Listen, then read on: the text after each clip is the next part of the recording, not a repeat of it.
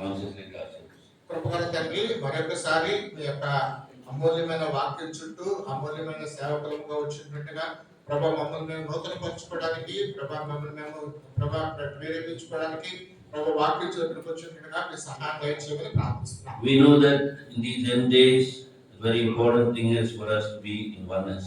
ప్రభా ఈ యొక్క అంచె దినముల్లో అతి ప్రాముఖ్యమైన విషయము మేము ఏకముగా ఒక్కటిగా ఉండాలని. Satan is attacking the church to bring division. మాలో చీలికలు తీసుకురావడానికి సాతాను సంఘం మీద దాడి చేస్తున్నాడు. Satan is attacking the church to make the believers and the servants of God and elders as carnal people. ఆ సాతాను విశ్వాసులను పెద్దలను దైవ సేవకులను కూడా శరీరాంశాలుగా మార్చడానికి దాడి చేస్తున్నాడు. He knows that if we can succeed in that, he can make many believers to be left behind to the mercy of the Antichrist. దాని విషయంలో కనుక అతను సఫలీకృతులైతే అంత్యక్రీస్తు సమయంలో చాలా మంది విడిచిపెట్టబడతారు అన్న సంగతి సాతాను బాగా తెలుసు. You know that many will be rejected in the first resurrection, therefore the reign with Christ. ప్రభా మొదటి పునరుత్థానంలో చాలా మంది తృణీకరించబడతారు, అంతేకాకుండా వేయిండ్ల పరిపాలన చేయలేకుండా అయిపోతారు. And even to be the bride of Christ. క్రీస్తు యొక్క సంఘముగా లేక వధువుగా కూడా ఉండలేరండి. So we thank you for thy precious scriptures. మీ అమూల్యమైన లేఖనములను బట్టి వందనములు. Enlightening us. మమ్మల్ని వెలిగింపచేస్తున్నందుకు వందనాలు. Strengthening us. బలపరుస్తున్నందుకు వందనములు. Bring us into fresh commitment and consecration. ప్రభా నూతనమైనటువంటి ఒప్పందము తీర్మానములకి ప్రతిష్ఠితులకు తీసుకొస్తున్నందుకు వందనాలు. And we thank you for your precious blood. మీ యొక్క అమూల్య రక్తాన్ని బట్టి వందనములు. Lord, it is still available. ప్రభా ఇంకా సౌలభ్యంగా ఉంది. Even for a believer, if he repents, he can once again be restored in fellowship with thee and even be partaker of the first resurrection. ఒకవేళ విశ్వాసి కనుక మారుమనసు పొందినట్లయితే మరొకసారి నూతన పరచబడడానికి ఏదైతే మీరు దాచిపెట్టారో అవన్నీ పొందడానికి ప్రభా అంతేకాకుండా నూతన వధువుగా సిద్ధపరచబడడానికి కూడా సహాయపడు. To help us, Lord, to repent and turn to thee. Whatever way we have failed thee, keeping oneness. ప్రభా మేము మారుమనసు పొందిన వారమే మీ వైపు తిరగడానికి ప్రభా యొక్క ఆత్మ కలిగించు ఐక్యమును మేము కొనసాగించినట్లుగా ప్రభా మీతో మేము స్థిరపడినట్లుగా సహాయం చేయండి. We may not be involved in gross sins like murder or adultery or any such things. ప్రభా యొక్క నరహత్య చేయటము లేకపోతే వ్యభిచారం చేయటము ఇలాంటి పెద్ద పెద్ద పాపం చేయలేకపోవచ్చు మేము. But we do, Lord, confess that we are guilty of jealousy, we are guilty of complacency, we are guilty of Lord gossiping, evil speaking, backbiting, which is dividing the church. ప్రభా సంఘమును విభజిస్తున్నటువంటి చిన్న చిన్న విషయాలనే కావచ్చు, అసూయ, ఈర్ష్య, ద్వేషము, ప్రభా ఒకరి మీద ఒకడు అబద్ధములు చెప్పడం, కొండెములు చెప్పడం, ప్రభా వాటిని తండ్రి తోలనాడటం, ఇవన్నీ కూడా మమ్మల్ని ఈడ్చివేస్తున్నట్టుగా చూస్తున్నాం. Lord, we are also guilty of many other things like Lord, that is bringing division to the church, like seeking power for ourselves, authority for ourselves, prominence for ourselves in the church. ప్రభా సంఘములో మా కొరకే మేము అధికారం చలాయించాలని, ఉన్నత స్థానం కావాలని, ఉన్నత పదవిలో ఉండాలని తాపత్రయపడుతూ ప్రభా మేము సంఘమును విభజిస్తున్నామని కూడా గుర్తిస్తున్నాం. And at this time we know that we are not under your headship, but rather we still fight for our power and position. ప్రభా ఈ రీతిగా ప్రభా మీ యొక్క శిరసత్వం కింద రాకుండా మా యొక్క అధికారం కొరకు ప్రాబల్యం కొరకే ప్రయాసపడుతున్నాం. Many of us have stopped functioning in the body of Christ. చాలా మంది క్రీస్తు శరీరంలో పనిచేయడం మానివేశారు కూడా. Lord, we are not interdependent, we become independent. ప్రభా మేము ఒకరి మీద ఒకరు ఆధారపడి జీవించడం మానివేశాం, మా మీద మేమే ఆధారపడుతున్నాం. Therefore forgive us. దయచేసి మమ్మల్ని క్షమించండి. Cleanse us with thy precious blood. మీ అమూల్య రక్తంతో కడగండి. We thank you for the great work of the cross. సిలువ యొక్క గొప్ప కార్యమును బట్టి వందనము చెల్లిస్తున్నాం. Lord, we know that the moment we repent and come back, your precious blood is there ready to wash us, cleanse us and restore fellowship with thee. ప్రభు ఎప్పుడైతే మారుమనసు పొంది మీ యొద్దకు వచ్చామో మీ యొక్క అమూల్య రక్తము మమ్మల్ని కడిగి పవిత్రపరిచి తిరిగి మీతోటి మాకు మొదటి సాంగత్యాన్ని అనుగ్రహిస్తుంది. And therefore we thank you for the precious word of God that is showing us our faults, our spots and our blemishes. మా యొక్క పడిపోయిన తనాన్ని, మా యొక్క మచ్చను, మా యొక్క కళంకమును, మా యొక్క ముడతలను చూపించడానికి మీరు ఇచ్చినట్టు దైవ లేఖనములను బట్టి అప్పుడు Thank you for thy blessed Holy Spirit. పరిశుద్ధమైన మీ యొక్క దండీకరమైన పరిశుద్ధాత్మ Even through thy word is bringing conviction in our hearts. అది యొక్క దేవుని యొక్క వాక్యం ద్వారా మా హృదయాలను ఒప్పింప చేస్తున్నందుకే వందనాలు. Lord, therefore help us to humble ourselves before the light of your word, ప్రభువా మీ యొక్క వాక్య వెలుగులో మమ్మల్ని మేము తగ్గించుకోవడానికి సహాయం చేయండి. so that we may not be left behind, ప్రభువా మేము విడిచిపెట్టే వారంగా ఉండకుండా but rather be more useful for the effectual in the ministry of the Lord till thy coming. ప్రభువా మీ యొక్క రాకడ వరకు ప్రభు యొక్క పరిచర్యలో మేము ఎంతో ప్రయోజనకారకంగా ఉండడానికి సహాయం So చేయండి. this center may speak to our hearts even now. దీని కొరకు తండ్రి ఈ సమయంలో సహా మా హృదయాలతో మాట్లాడమని ప్రార్థిస్తున్నాం. Thank you for hearing our prayer. మా ప్రార్థన విన్నందుకే వందనాలు. Thank you for the eventually answer of prayer as we pray with thanksgiving in Jesus Christ's precious name. మా ప్రార్థన జవాబిస్తారని నమ్ముతూ మా ప్రభువును రక్షకుడైన యేసుక్రీస్తు నామమున ప్రార్థించి వేడుచున్నాము తండ్రి. Amen. So Paul understood the importance of being one spiritually. పౌలు ఆత్మీయంగా మనం ఒక్కటిగా ఉండాలనేటువంటి ప్రాముఖ్యతను ఎరిగినవాడు. He had this heavenly vision of oneness with Christ, who is the head of the church. శిరస్సు అయినటువంటి సంఘములకు శిరస్సు అయినటువంటి క్రీస్తుతో ఏకత్వం కలిగి ఉండాలన్న దర్శనాన్ని పొందాడని మనం చూసాం. So when we are building the church, when we are also called to build the church along with him, ఆయనతో పాటు మనం కూడా మందిరంలో సంఘమును కట్టుచున్నాము. we must never become a cause for dividing the spiritual unity. ఆత్మీయమైన ఐక్యతకు మనం విభజించే వారంగా ఎట్టి పరిస్థితుల్లో మనం కారకం కాకూడదు. In case we have been used by Satan to do that, let us ask the Lord's forgiveness. ఒకవేళ కనుక సాతాను ద్వారా అలా ఉపయోగించబడినట్లయితే ఈ దినాన్నే ప్రభువుని క్షమాపణ అడుగుదాం. And surrender ourselves in such a way so that once again he can use us to build his work. అక్కడ మరలా మనము ఏ రీతిగా ఆయనకు అప్పగించుకుందాం, మరొకసారి ఈ యొక్క పరిచర్యను కట్టడానికి మనము పాటుపడతాం. It was Nebuchadnezzar who came and broke down the temple as well as the walls. నెబుకద్నెజరు అతని మందిరమును దేవాలయమును ప్రాకారములను కూల్చినవాడు. But we see that Ezra was used to build the temple, Nehemiah was used to build the walls. ఎజ్రాయేలు మందిరాన్ని కట్టడానికి ఉపయోగించబడ్డాడు, నెహెమ్యా ప్రాకారాలను కట్టడానికి ఉపయోగించబడ్డాడు. So we must understand that we are called to be builders, మనము కట్టే వారంగా ఉండాలని గ్రహించాలి. not breaking down or dividing the church. కనుక వారిని విరగొట్టడం కానీ సంఘాన్ని విభజించే వారంగా మనం ఏమాత్రం ఉండకూడదు. Sometimes we see in the Bible, కొన్నిసార్లు బైబిల్లో చూస్తాం, Lord is saying, I will pull down and break down, as he said to Jeremiah. ఆ ఇర్మియాతో చెప్పినట్లుగా నేను కళ్ళగిస్తాను, తీసివేస్తాను, పడగొడతాను అని విరగొడతానని చెప్తాను. You see the book of Jeremiah, ఇర్మియా గ్రంథం చూడండి, chapter 1. మొదటి అధ్యాయం. Jeremiah chapter 1. ఇర్మియా గ్రంథం మొదటి అధ్యాయం. What does that mean? దాని అర్థం ఏంటి మరి? Verse 10. పదవచ్చు. See, I this day set you over the nations and over the kingdoms, to root out, to pull down, to destroy, to throw down, to build and to plant. కళ్ళగించుటకును, విరగొట్టుటకును, నశింప చేయుటకును, పడద్రోయుటకును, కట్టుటకును, నాటుటకును నేను ఈ దినమున జనముల మీద రాజ్యం మీద నిన్ను నియమించున్నాను. So, can you understand this verse? ఈ వాక్యాన్ని గ్రహించగలరా? It is addressed to the nations. ఇది దేశములకు సంబోధించబడింది. It is addressed to the kingdoms. ఆ రాజ్యములకు సంబోధించబడింది. That is satanic kingdoms అవి స్వతంత్ర రాజ్యాలు and Gentiles. అన్ని జన రాజ్యాలు. They may have an influence in your heart. వారు నీ మీద, నీ హృదయాల మీద ప్రభావం చూపించవచ్చు. You may behave like the Gentiles. మీరు అన్ని జనుల వలె ప్రవర్తించవచ్చు కూడా. That has to be broken down in your heart, in your own heart. నీ సొంత హృదయంలో వాటిని విరగొట్టుకోవాలి. And you may also be influenced by the kingdom of Satan. సాతాను యొక్క రాజ్యం ద్వారా నువ్వు ప్రభావితం చేయబడవచ్చేమో. When you don't yield to the kingdom of the Lord, ఎప్పుడైతే దేవుని యొక్క రాజ్యాన్ని అధీనంలో నువ్వు రామో, the influence of Satan's kingdom will take place in your heart. మీ హృదయంలో సాతాను యొక్క రాజ్యము ప్రభావితం చేస్తుంది. So you have to root out. కనుక దాన్ని పడగించాలి. That is what you have to pull down. దాన్ని మనం పడగొట్టాల్సింది. That is what you have to destroy. దాన్ని మనం నాశనం చేయాలి. That is what you have to throw down. దాన్ని మనం విరగొట్టాలి. And then you have to build and plant the word of God, the house of God. తర్వాత మళ్ళా దేవుని యొక్క ఇంటిని అక్కడ నాటాలి, దాన్ని కట్టాలి. That is why we are using the word of God.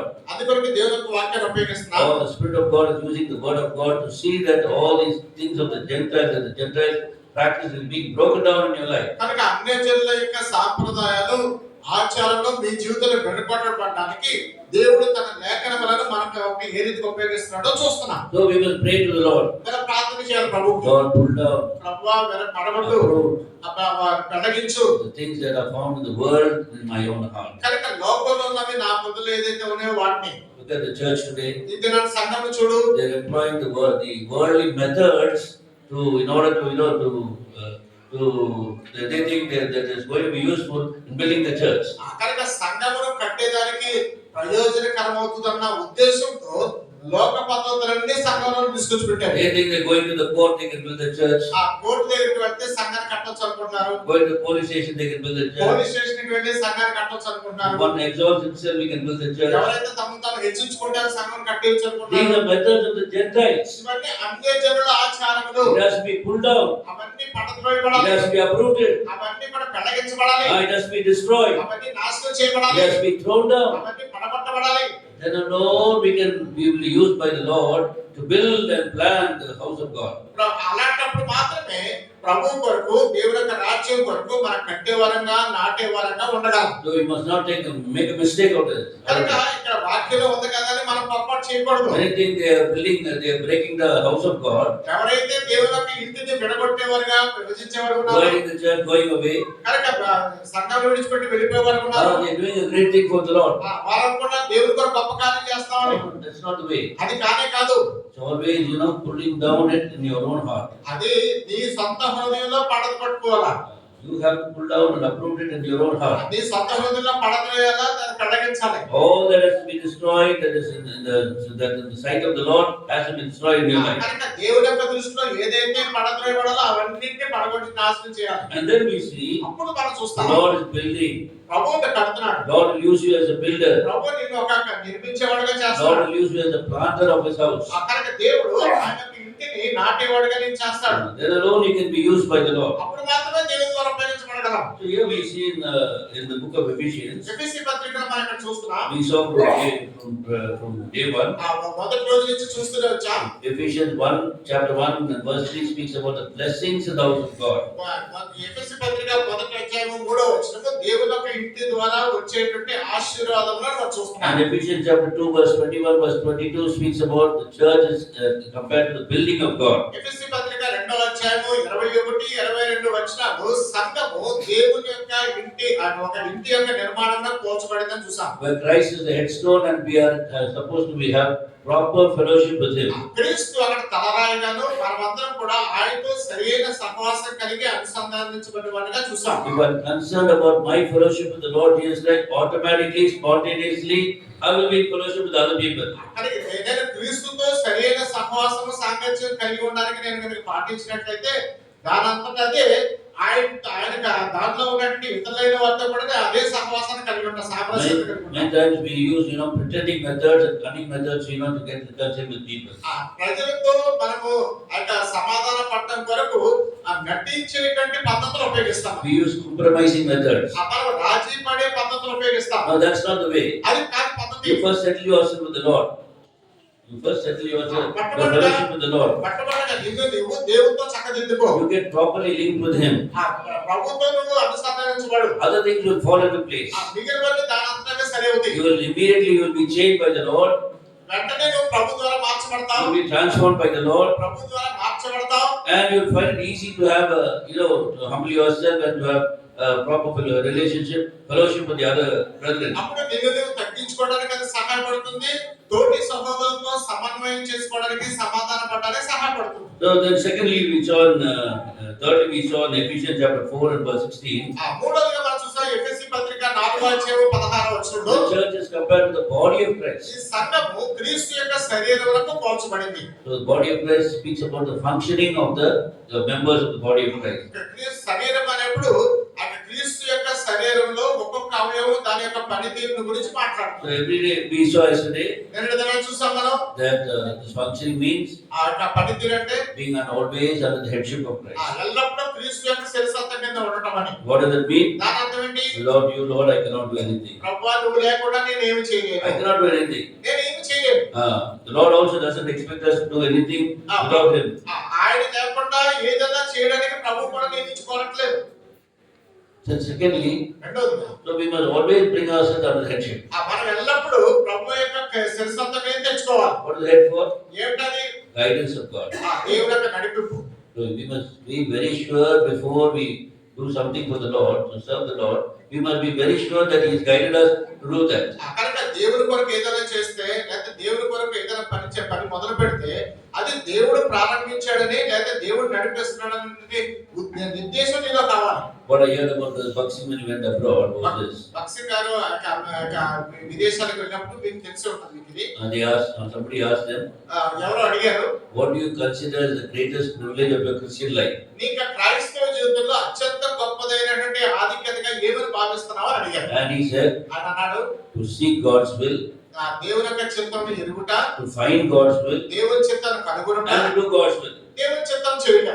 What is God's will? దేవుని చిత్తం ఏంటి? God's guidance. దేవుని యొక్క నడిపింపు. That is why he was used as a mighty builder of God's house. అందుకొరకే దేవుని యొక్క ఇంటి యొక్క మహా నిర్మాణకుడిగా His చేయబడ్డాడు. whole service was always building the house of God. కనుక తన యొక్క సేవంతా కూడా దేవుని యొక్క ఇంటిని కట్టడానికి ఉపయోగించుకున్నాడు. Because he always was guided by the Lord. ఎందుకంటే దేవుని ద్వారా నడిపించబడ్డాడు కనుక. He kept himself always under the headship of Christ. తను తాను క్రీస్తు యొక్క శిరసత్వం కింద తెచ్చుకున్నాడు కనుక. Though he was a very great leader, ఆయన గొప్ప నాయకుడు అయినప్పటికీ he never played God in the house of God.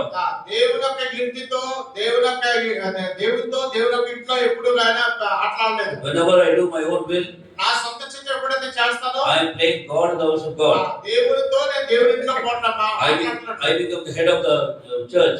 నేను సంఘానికి నేనే శిరస్సుగా మారినట్లు. Be very careful. చాలా జాగ్రత్తగా ఉండాలి Oh మనం. Lord, ఓ ప్రభువా, I don't know how to build. నేను ఎలా కట్టాలో తెలియదు. You must guide me. You must help me నువ్వు నాకు సహాయం చేయాలి, నువ్వు నన్ను నడిపించాలి. to serve you. నిన్ను సేవించడానికి And the will of God must rule the church. దేవుని యొక్క చిత్తము సంఘమును పరిపాలించాలి. The will of God must rule my service. అక్కడగా దేవుని యొక్క చిత్తము నా యొక్క పరిచర్యను నడిపించాలి. So we must always keep ourselves under the headship of కనుక Christ. ఎల్లప్పుడూ క్రీస్తు యొక్క శిరసత్వం కింద తెచ్చుకోవాలి. And then we must do our share of it.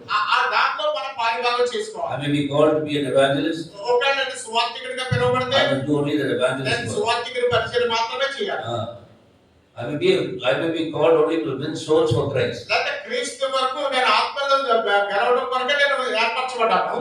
Somebody asked Billy Graham, ఎవరో బిల్లి గ్రహం గారు అడిగారు, you're being used, so mightily used by God. నువ్వు దేవుని ద్వారా ఎంత బలమైన రీతిగా వాడబడుతున్నావు కదా, Why don't you establish churches? నువ్వు ఎందుకు సంఘాలు స్థాపించకూడదు? He said, no, ఆయన అన్నట్టు లేదు, I'm not a church planter. నేను సంఘ సంస్థాపకుడిని కాదు, I am only a soul winner. నేను కేవలం సువార్త ద్వారా మనుషులు దేవుని కొరకు గెలవడం మాత్రమే. I'm an evangelist in the church, the house of God. దేవుని యొక్క ఇంట్లో నేను ఒక సువార్తికుడిని మాత్రమే. When he was in Bombay, బాంబేలో ఉన్నప్పుడు the Bakshi also was there. బక్సింగ్ గారు కూడా ఉన్నారు. Therefore, he introduced the Bakshi like this. అక్కడ బక్సింగ్ గారిని ఇలా పరిచయం He చేశాడు. said, ఆయన అన్నాడు, my ministry is only like in the spokes of the wheel. నా యొక్క పరిచర్య ఒక చక్రంలో ఉన్నటువంటి ఒక ఓసు లాంటి పరిచర్య. I'm bringing spokes. నేను ఆ యొక్క ఓసులు తీసుకొచ్చే పని నాది. But Bakshing's ministry బక్సింగ్ గారి పరిచర్య ఏంటంటే is the work of the rim. ఆయన రిము యొక్క పని. Joining the spoke with the Lord, కనుక ఈ యొక్క ఓసుల్ని ప్రభుత్వం కలిశాడు. that's my work. అది నా పని. But his work is ఆయన పని to join it with the rim. కనుక రిముతో కలుపుకుంటా. So he accepted that. దాన్ని Till the అంగీకరించాడు. end of his life, కనుక తన జీవితకాలం he would అంతా not enter into the shoes of the Bakshing. బక్సింగ్ గారి యొక్క చెప్పుల్లో కాలు పెట్ట ప్రయత్నం చేయాలి. Bakshing was a church planter. బక్సింగ్ గారు సంఘ సంస్థాపకుడు. So each one has got a call. కనుక ప్రతి ఒక్కరికి ఒక్కొక్క పిలుపు ఉంది. I must understand what is my call. నా పిలుపు ఏంటో నేను గ్రహించాలి. You may be in the house of God. దేవుని ఇంట్లో ఉండి You may be used by the Lord to be a good singer. మంచి గాయకుడిగా ఉపయోగించబడచ్చు దేవుని ద్వారా. Of course, when you're faithful, God may use you to be a preacher also, ఒకవేళ కనుక నువ్వు నమ్మకం ఉంటే దేవుడు బోధకుడిగా కూడా ఉపయోగించుకుంటాడు. or you're a musician. లేకపోతే వాయిద్యాలు వాయించేవాడిగా. But you must be given all these by the Lord. అయితే ఇవన్నీ నీకు దేవుని ద్వారా ఇవ్వబడాలి. But you must understand what is your primary share in the house of God, దేవుని యొక్క ఇంట్లో నీకు ప్రథమ భాగం ఏంటన్నది నువ్వు గ్రహించాలి. and you stick to that. దాన్ని వెతకాలి. You don't enter into the track of the other person. ఇంకొకరి యొక్క పనిలో జోక్యం చేసుకోవడానికి ఎప్పుడూ ప్రయత్నం చేయొద్దు. That is the problem in our church today. ఈ దినాల మన సంఘంలో ఏర్పడిన సమస్యలు అవి. The elders try to enter into the shoes of the servant of God. అక్కడికి పెద్దలైన వారు దేవుని యొక్క సేవకులు చేయాల్సిన పనిలోకి వెళ్ళిపోయారు. And what happens? ఏమైంది? Therefore, there is confusion. అక్కడ సంఘంలో కలవరం ఏర్పడింది. కనబడింది. there will be confusion ఖచ్చితంగా కలవరం ఉండి తీరుతుంది. because they are not doing their share. ఎందుకంటే వారి భాగం వారు పనిచేయట్లేదు. As I said, Hosea entered into the temple. నేను చెప్పినట్లుగా ఉజ్జియా దేవాలయంలోకి వెళ్ళాడు. Oh, God is marvelously using me. ఆ దేవుడు నన్ను చాలా చక్కగా ఉపయోగించుకున్నాడు. Using me so mightily. నన్ను చాలా బలమైన రీతిగా ఉపయోగించుకుంటాడు. Therefore, I think I am worthy to show incense to the Lord. కనుక దేవునికి నేను ధూపం కూడా వేయగలను. I can take over the priest's ministry. యాజకుల యొక్క ధర్మాన్ని కూడా నేను నెరవేర్చగలను. What happened? ఏమైంది? The priest came and confronted him. కనుక యాజకులు వచ్చి అతను నిరోధించారు. He looked at them with arrogance. వారితో కోపంతో చూశాడు. That's all. అంతే. He got leprosy. కుష్ఠరోగం He వచ్చేసి was thrown out. అతను బయటకు విసిరేయబడ్డాడు. Understand? అర్థమైందండి? See, when you do not do your share in the word of God, in the house of God, దేవుని యొక్క ఇంటిలో మీ పాలి భాగం మీరు చూసుకోకపోతే you may be able to, you may fight and get into the shoes of another person. మీరు మాట్లాడి వేరే వాళ్ళ పరిచయం లాక్కోవచ్చేమో. You may grab that, దాన్ని లాక్కోవచ్చు. but you will be losing spiritually. ఆత్మీయంగా నువ్వు నా నష్టపోతావు.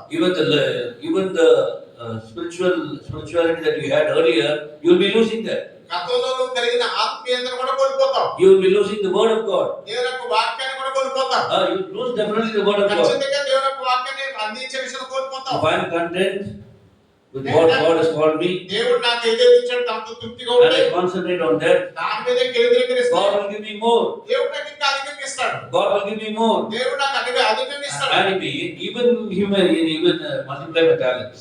నీకు ఉన్న తలాంతుల అభివృద్ధి కూడా చేయించాడు. That is His work. అది ఆయన పని. But I must be focused only on what share God has given me to God. అయితే దేవుడు నాకు ఏదైతే పారిభాగం ఇచ్చాడో దాని మీదే నా దృష్టి అంతా కేంద్రీకరించాలి. And the thirdly we saw మూడోదిగా మనం చూసాం that we must be concerned about the other. ఆ ఇతరుల గురించి చింత కలిగి ఉండాలి. There is supplying.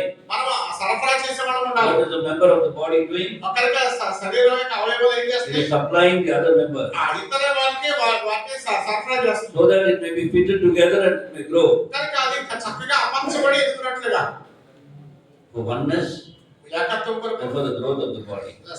శరీరం యొక్క ఎదుగుదల కొరకు. So I must ask myself, నన్ను నేను అడగాలి, am I a supplier నేను సరఫరా చేసేవాడు or ఉన్నానా only a mere receiver? లేకపోతే పొందేవాడిగానే ఉన్నానా? Some people come to the house of God, some believers, కొంతమంది దేవుని ఇంటికి లేదా విశ్వాసాలు వస్తారు, always ఎల్లప్పుడూ on the receiving end only. అక్కడికి స్వీకరించే వారుగానే ఉంటారు.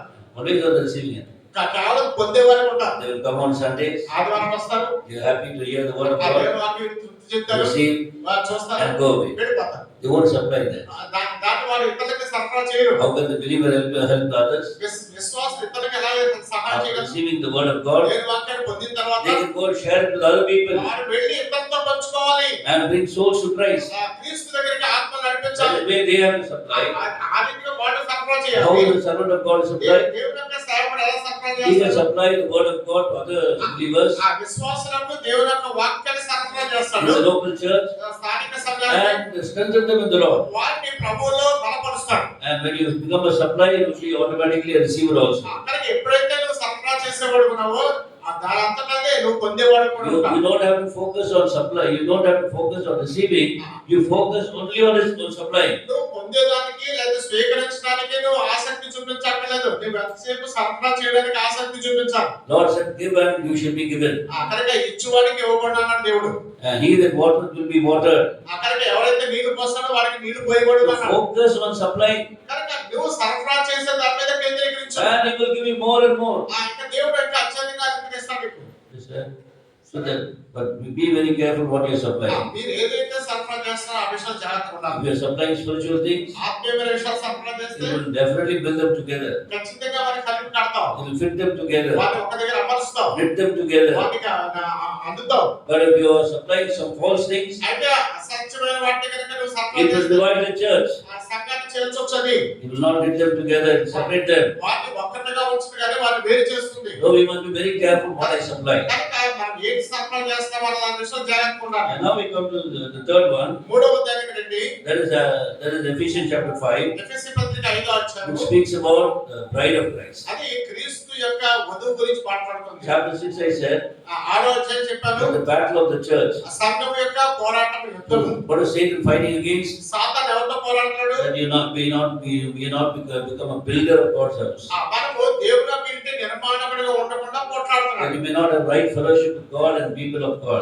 దేవునితోనూ దేవుని యొక్క ప్రజలతోనూ సరైనటువంటి సహవాసం కలిగి ఉండకుండా So పోట్లాడుతున్నాడు. we must be very watchful. కనుక మనం చాలా మెలకువగా ఉండాలి. How is he working in my life? అది ఎలా నా జీవితంలో How పనిచేస్తుంది, is he trying to use his weapons? ఎలాగ తన యొక్క ఆయుధాలు నా మీద ఉపయోగిస్తున్నాడు. There is no point merely claiming the promise, no weapon that is formed against me shall prosper. నీకు విరోధంగా రూపింపబడిన ఏ ఆయుధం వర్తిల్లదని వాగ్దానం కోరుకుంటే సరిపోదు. Of course, that weapon, we must claim the promise, కనుక వాగ్దానం కోరుకోవాలి ఖచ్చితంగా. but we claim it only for physical protection. కానీ ఈ యొక్క వాగ్దానం ఎప్పుడు అంటే వ్యక్తిగత సంరక్షణ కొరకు కోరుకుంటాము. But we must claim it for spiritual protection. అయితే ఆత్మీయ సంరక్షణ కొరకు కోరుకోవాలి. Satan every time is devising some weapon to attack you spiritually. సాతాను ఎప్పుడు కూడా ఏదో ఒక విధంగా మన మీద ఆత్మీయంగా దాడి చేయడానికి చూస్తాడు. So that you lose your fellowship with the Lord, ప్రభుతో ఉన్న సహవాసం కోల్పోవడానికి, and therefore you will lose fellowship with the church. ఆ సంఘంతో సహవాసం కూడా కోల్పోవడానికి So we must be very watchful. మనం చాలా మెలకువగా ఉండాలి. దాని When we గురించి claim the promise, వాగ్దానం కోరుకున్నప్పుడు we must claim it spiritually also. ఆత్మీయంగా కూడా కోరుకోవాలి. Lord, let it not hinder my fellowship with you. ప్రభువా, నా యొక్క సహవాసం నీతో ఆటంకపరచబడకూడదు. And in case you have lost your fellowship with the brethren, you find out from the Lord as to how you can restore that fellowship.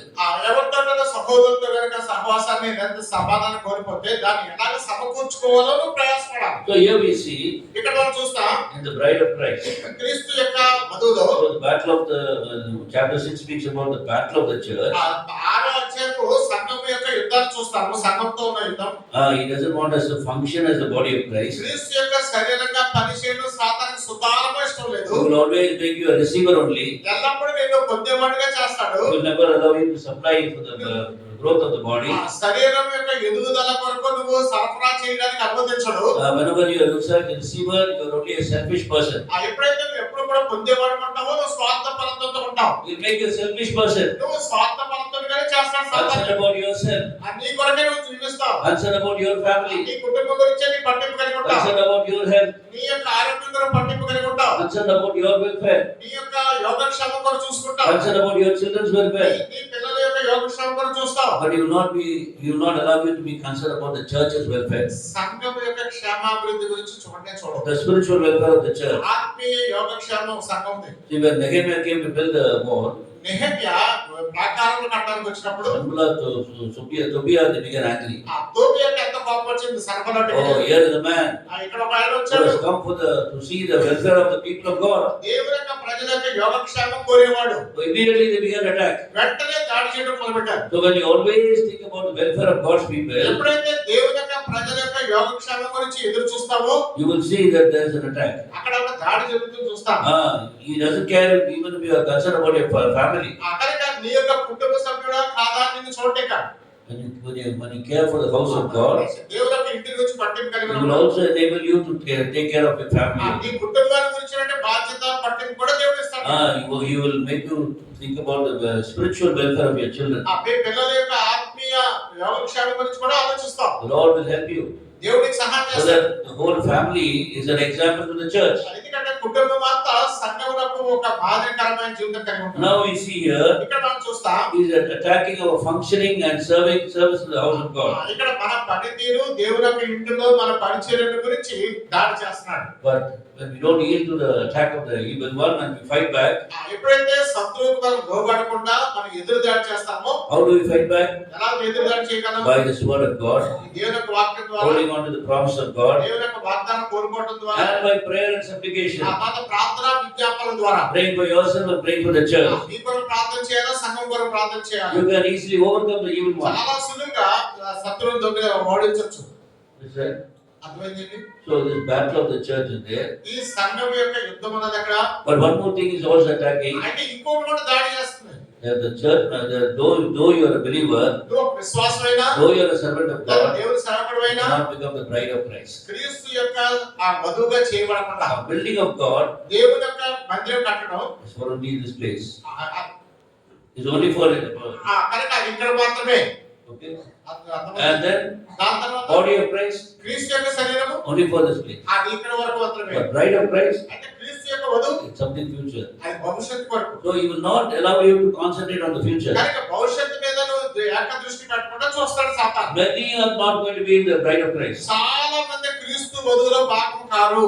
Many, I would say that. నాకు ఖచ్చితంగా చెప్తాను ఈ మాట. Many believers, చాలా మంది many విశ్వాసులు, servants of God, చాలా మంది దేవుని సేవకులు, many elders of the చాలా church, మంది సంఘ పెద్దలు They're not going to be in the bill of వారు right of Christ. క్రీస్తు వధువులో పాలిభాగం కాదు. Because they'll not be very careful. ఎందుకంటే వారు జాగ్రత్తగా లేరు. So he knows finally what is going to be the culmination of the church. ఆ కనుక చిట్ట చివరిలో సంఘం ఏదైతే కలుషితమవుతుందో, You know, the church is going to be raised up as the bride of Christ. ఆ సంఘము చిట్ట చివరికి క్రీస్తు యొక్క వధువుగా ఎత్తబడుతుంది. And therefore, he is doing everything possible to bring the division. ఆ కనుక దానికి విభజన తీసుకురావడానికి సాధ్యమైన అన్ని ప్రయత్నం చేస్తాడు సాతాను. So he is comparing, we see that Paul is comparing the bride of Christ with the union with the to a married husband and wife. ఆ కనుక పౌలు ఈ యొక్క క్రీస్తు యొక్క శరీరం లేదా వధువును ఒక నూతనంగా జతపరచబడిన భార్య భర్తలతో కొలుస్తున్నాడు. And Christ is the husband, క్రీస్తు భర్తగాను, the church is the bride. సంఘమేమో భార్యగాను. As I said, the legal marriage has been already done. ఆ కనుక నేను చెప్పాను కదా, చట్టపరమైన వివాహం ఇప్పటికే జరిగిపోయింది. In the Jewish custom, ఆ యూదుల యొక్క సాంప్రదాయంలో before they come together biologically, వారు శారీరకంగా దగ్గర కాకములకు they will be legally married. వారు చట్టపరంగా వివాహం చేయబడతారు. That is why we see అందుకని మనం చూస్తాం that Joseph, యోసేపు when he married Mary, మరియను వివాహం చేసుకున్నప్పుడు before they came together, వారి యొక్క దగ్గరికి they రాకములకు were legally married వారు చట్టపరంగా వివాహం in ఆడారు. public. బహిరంగంగా Oh, this man is going to be this man is going to be the husband of this woman, కనుక ఈ యొక్క మనుషుడు ఆ స్త్రీ యొక్క భర్తగా ఉంటాడు. and this woman is going to be the wife of this husband. ఆ యొక్క స్త్రీ ఈయన యొక్క భార్యగా ఉంటుంది. So the legal marriage is over. కనుక చట్టపరమైన పెళ్లి అయిపోయింది. We do it in the other way. మనం వేరే విధంగా చేస్తాం. We have to after the thing is over, only we get signed. కనుక ఈ యొక్క అన్ని ఆ యొక్క ఒప్పందాలు అయిన తర్వాత ప్రమాణాలు అయిన తర్వాత సంతకాలు And after signing, immediately we have this biological relationship. కనుక ఈ ఎప్పుడైతే సంతకాలు పెట్టేశారో మనకి ఎంతో సరైన సంబంధంగా వాళ్ళందరూ ఏకమయ్యారని చెప్పేస్తాం. But in those days, ఆ రోజుల్లో the legal was over, and after many months only they will be joined together. కనుక చట్టపరంగా ముందుగా వివాహం అవుతుంది. కొన్ని నెలల తర్వాత వారిద్దరు శారీరకంగా ఏకమవుతారు. The same thing is happening now. అది ఇప్పుడు జరుగుతుంది. The legal marriages of the church have been all over. కనుక సంఘముతో చేయబడవలసినటువంటి ఈ యొక్క చట్టపరమైన వివాహం జరిగిపోయింది. And we see how was it legally over? అది ఎలాగా పంతం When చేయబడుతుంది? Christ went to the cross. క్రీస్తు శిలువ మీదకి ఎప్పుడైతే Legally has done everything కనుక చట్టపరంగా అన్ని చేస్తాడు. for him to accept this church as the bride. ఇక సంఘమును ఆయన యొక్క భార్యగా స్వీకరించడానికి But we see in the life of Joseph and Mary, యోసేపు మరియా యొక్క జీవితాలు మనం చూస్తే suddenly found her pregnant. అకస్మాత్తుగా మరియా గర్భవతి అయింది. Understand? అర్థం కాలేదు. And how did she get pregnant? ఇప్పుడు ఎలాగ When we didn't come biologically together, ఇంకా శరీరంగా ఏకం కాలేదే. so secretly in his heart, రహస్యంగా తన హృదయంలో he's అనుకున్నాడు, trying to put away. ఆమె పక్కన పెట్టేద్దామని. He's trying to put away. ఆ పక్కన పెట్టేద్దామని. There is the possibility of putting away. కనుక పక్కన పెట్టే అవకాశం ఉంది. That is why I'm saying when this legal marriage is over, అందువల్ల చెప్తున్నాను, చట్టపరమైన వివాహం ఎప్పుడైతే అయ్యిందో don't think it will last. If you don't be careful, you will also be thrown out. కనుక నేను అప్పటికే స్థిరపడిపోయాను అనుకోవద్దు. నువ్వు కనుక జాగ్రత్త లేకపోతే నువ్వు విడిచిపెట్టబడతావు. You will be left behind. నువ్వు ఈ లోకాన్ని విడిచిపెట్టబడతావు. That is why we have to be very, very careful. దాని కొరకే మనం చాలా జాగ్రత్త కలిగి ఉండాలి. That's why the Lord said, watch and pray, watch and pray, watch and pray. అందుకొరకే ప్రభువు అనేక సందర్భాల్లో మెడుకుగోడు ప్రార్థించుని. Today we have taken it as an advantage. ఆ నీతిని అన్న దాన్ని ఒక అవకాశంగా మార్చుకుంటున్నాం. Whatever be it, however I live, I will become the bride of Christ. నేను ఎలా జీవించినా పర్లేదు, క్రీస్తు యొక్క శరీరం అయితే వధువుగా మారిపోతాను. Then Joseph Amatraj asked a question like this. Joseph అభివృద్ధి గారిని ఇలా ప్రశ్నించారు ఎవరు. With a nice bridegroom, చక్కని పెళ్లి కుమారుడిగా will he marry a harlot? మరియను ఒక వేశ్యగా. Will he marry a harlot? దయచేసి క్షమించండి, నువ్వు ఒక వేశ్యని పెళ్లి చేసుకుంటావా అని అడిగాను. Day of marriage, వివాహం రోజున the boy, the person who is coming is a harlot. కనుక ఈ యొక్క పెళ్లి కుమారుడికి వధువుగా తీసుకొని రాబడుతున్న వ్యక్తి వేశ్య అని తెలిసింది. Will he marry her? నువ్వు ఆమెను పెళ్లి చేసుకుంటావా అని అడిగారట. He got so much of connection with other men also. చాలా మంది పురుషులతో ఆమెకు సంబంధం ఉంది. He comes to know that. నీకు అది తెలిసింది. Will he marry? నువ్వు పెళ్లి చేసుకుంటావా? Not. చేసుకున్నాను. You will not marry. ఖచ్చితంగా చేసుకోండి. That's why it's very important for us to live a separated life from the world. అందుకొరకనే ఈ లోకం నుంచి ప్రత్యేకమైన జీవితం జీవించడం అనేది మనకు చాలా అవసరం. Whom was this James addressing to? ఈ యొక్క యాకోబు ఎవరి గురించి ఉద్దేశించి చెప్తున్నాడు ఇవి? James chapter 4 verse 4, adulterers and adulteresses. అక్కడ వ్యభిచారులారా వ్యభిచారులారా అని ఉద్దేశిస్తున్న 4వ అధ్యాయం యాకోబు. Is he asking is he calling to the unbelievers all this thing? ఆయన ఈ యొక్క విషయాన్ని అవిశ్వాసంతోటి అన్యజనులతో పంచుకుంటున్నాడా? Or is speaking to the believers? లేదు, విశ్వాసంతోనే చెప్తున్నాడు. They have now slowly conformed to the world. ఎందుకంటే ఈ యొక్క విశ్వాసం అనబడేటువంటి నిదానంగా లోకంతో కలిసిపోయారు. They fallen in love with the world. వారు లోకంలో స్నేహించి దాన్ని ప్రేమిస్తున్నారు. And he's calling them adulterers and adulteresses. ఆయన వారిని ఉద్దేశించి చెప్తున్నాడు, వ్యభిచారులారా వ్యభిచారులారా అని. And are they going to get married to the Lord Jesus Christ with the bridegroom? అక్కడ ఇటువంటి జీవితం జీవిస్తూ పెళ్లి కుమారుని యేసు ప్రభువును పెళ్లి చేసుకుంటావా? We must ask this question in our hearts. ఇది మన హృదయాన్ని వేసుకోవాల్సిన ప్రశ్న. Paul, Job is saying, యోబు చెప్తున్నాడు, in the same book in Ephesians chapter 5 we see here. ఎఫెసీ పత్రిక 5వ అధ్యాయంలో మనం చూస్తాం. Ephesians chapter 5. ఎఫెసీ 5వ అధ్యాయం. Look at this bridegroom. ఈ పెళ్లి కుమారుని చూడండి. What is he doing? ఆయన ఏం చేశాడు? He is washing the church with the water of the word. కనుక సంఘములో వాక్యమైన ఉదక స్నానం చేత పవిత్రపరుస్తున్నాడు. And why is he washing it? ఎందుకు అలా చేస్తున్నాడు ఆయన? To present it unto himself. ఆయన తన కొరకు దాన్ని అప్పగించుకోవాలని. The word of God says, దేవుని యొక్క వాక్యం చెప్తుంది, his wife must be a glorious person. తన యొక్క భార్య ఎంతో మహిమాన్వితురాలుగా ఉండాలి.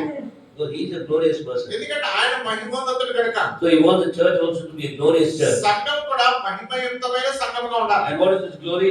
ఏమిటి మహిమ? The church is washed away of all spots and wrinkles. అంట సంఘము సమస్తమైన మచ్చ కళంకము డాగు నుంచి కడగబడాలి. Not having spot, see verse 27. అక్కడికి 27 వచనం చూస్తాము.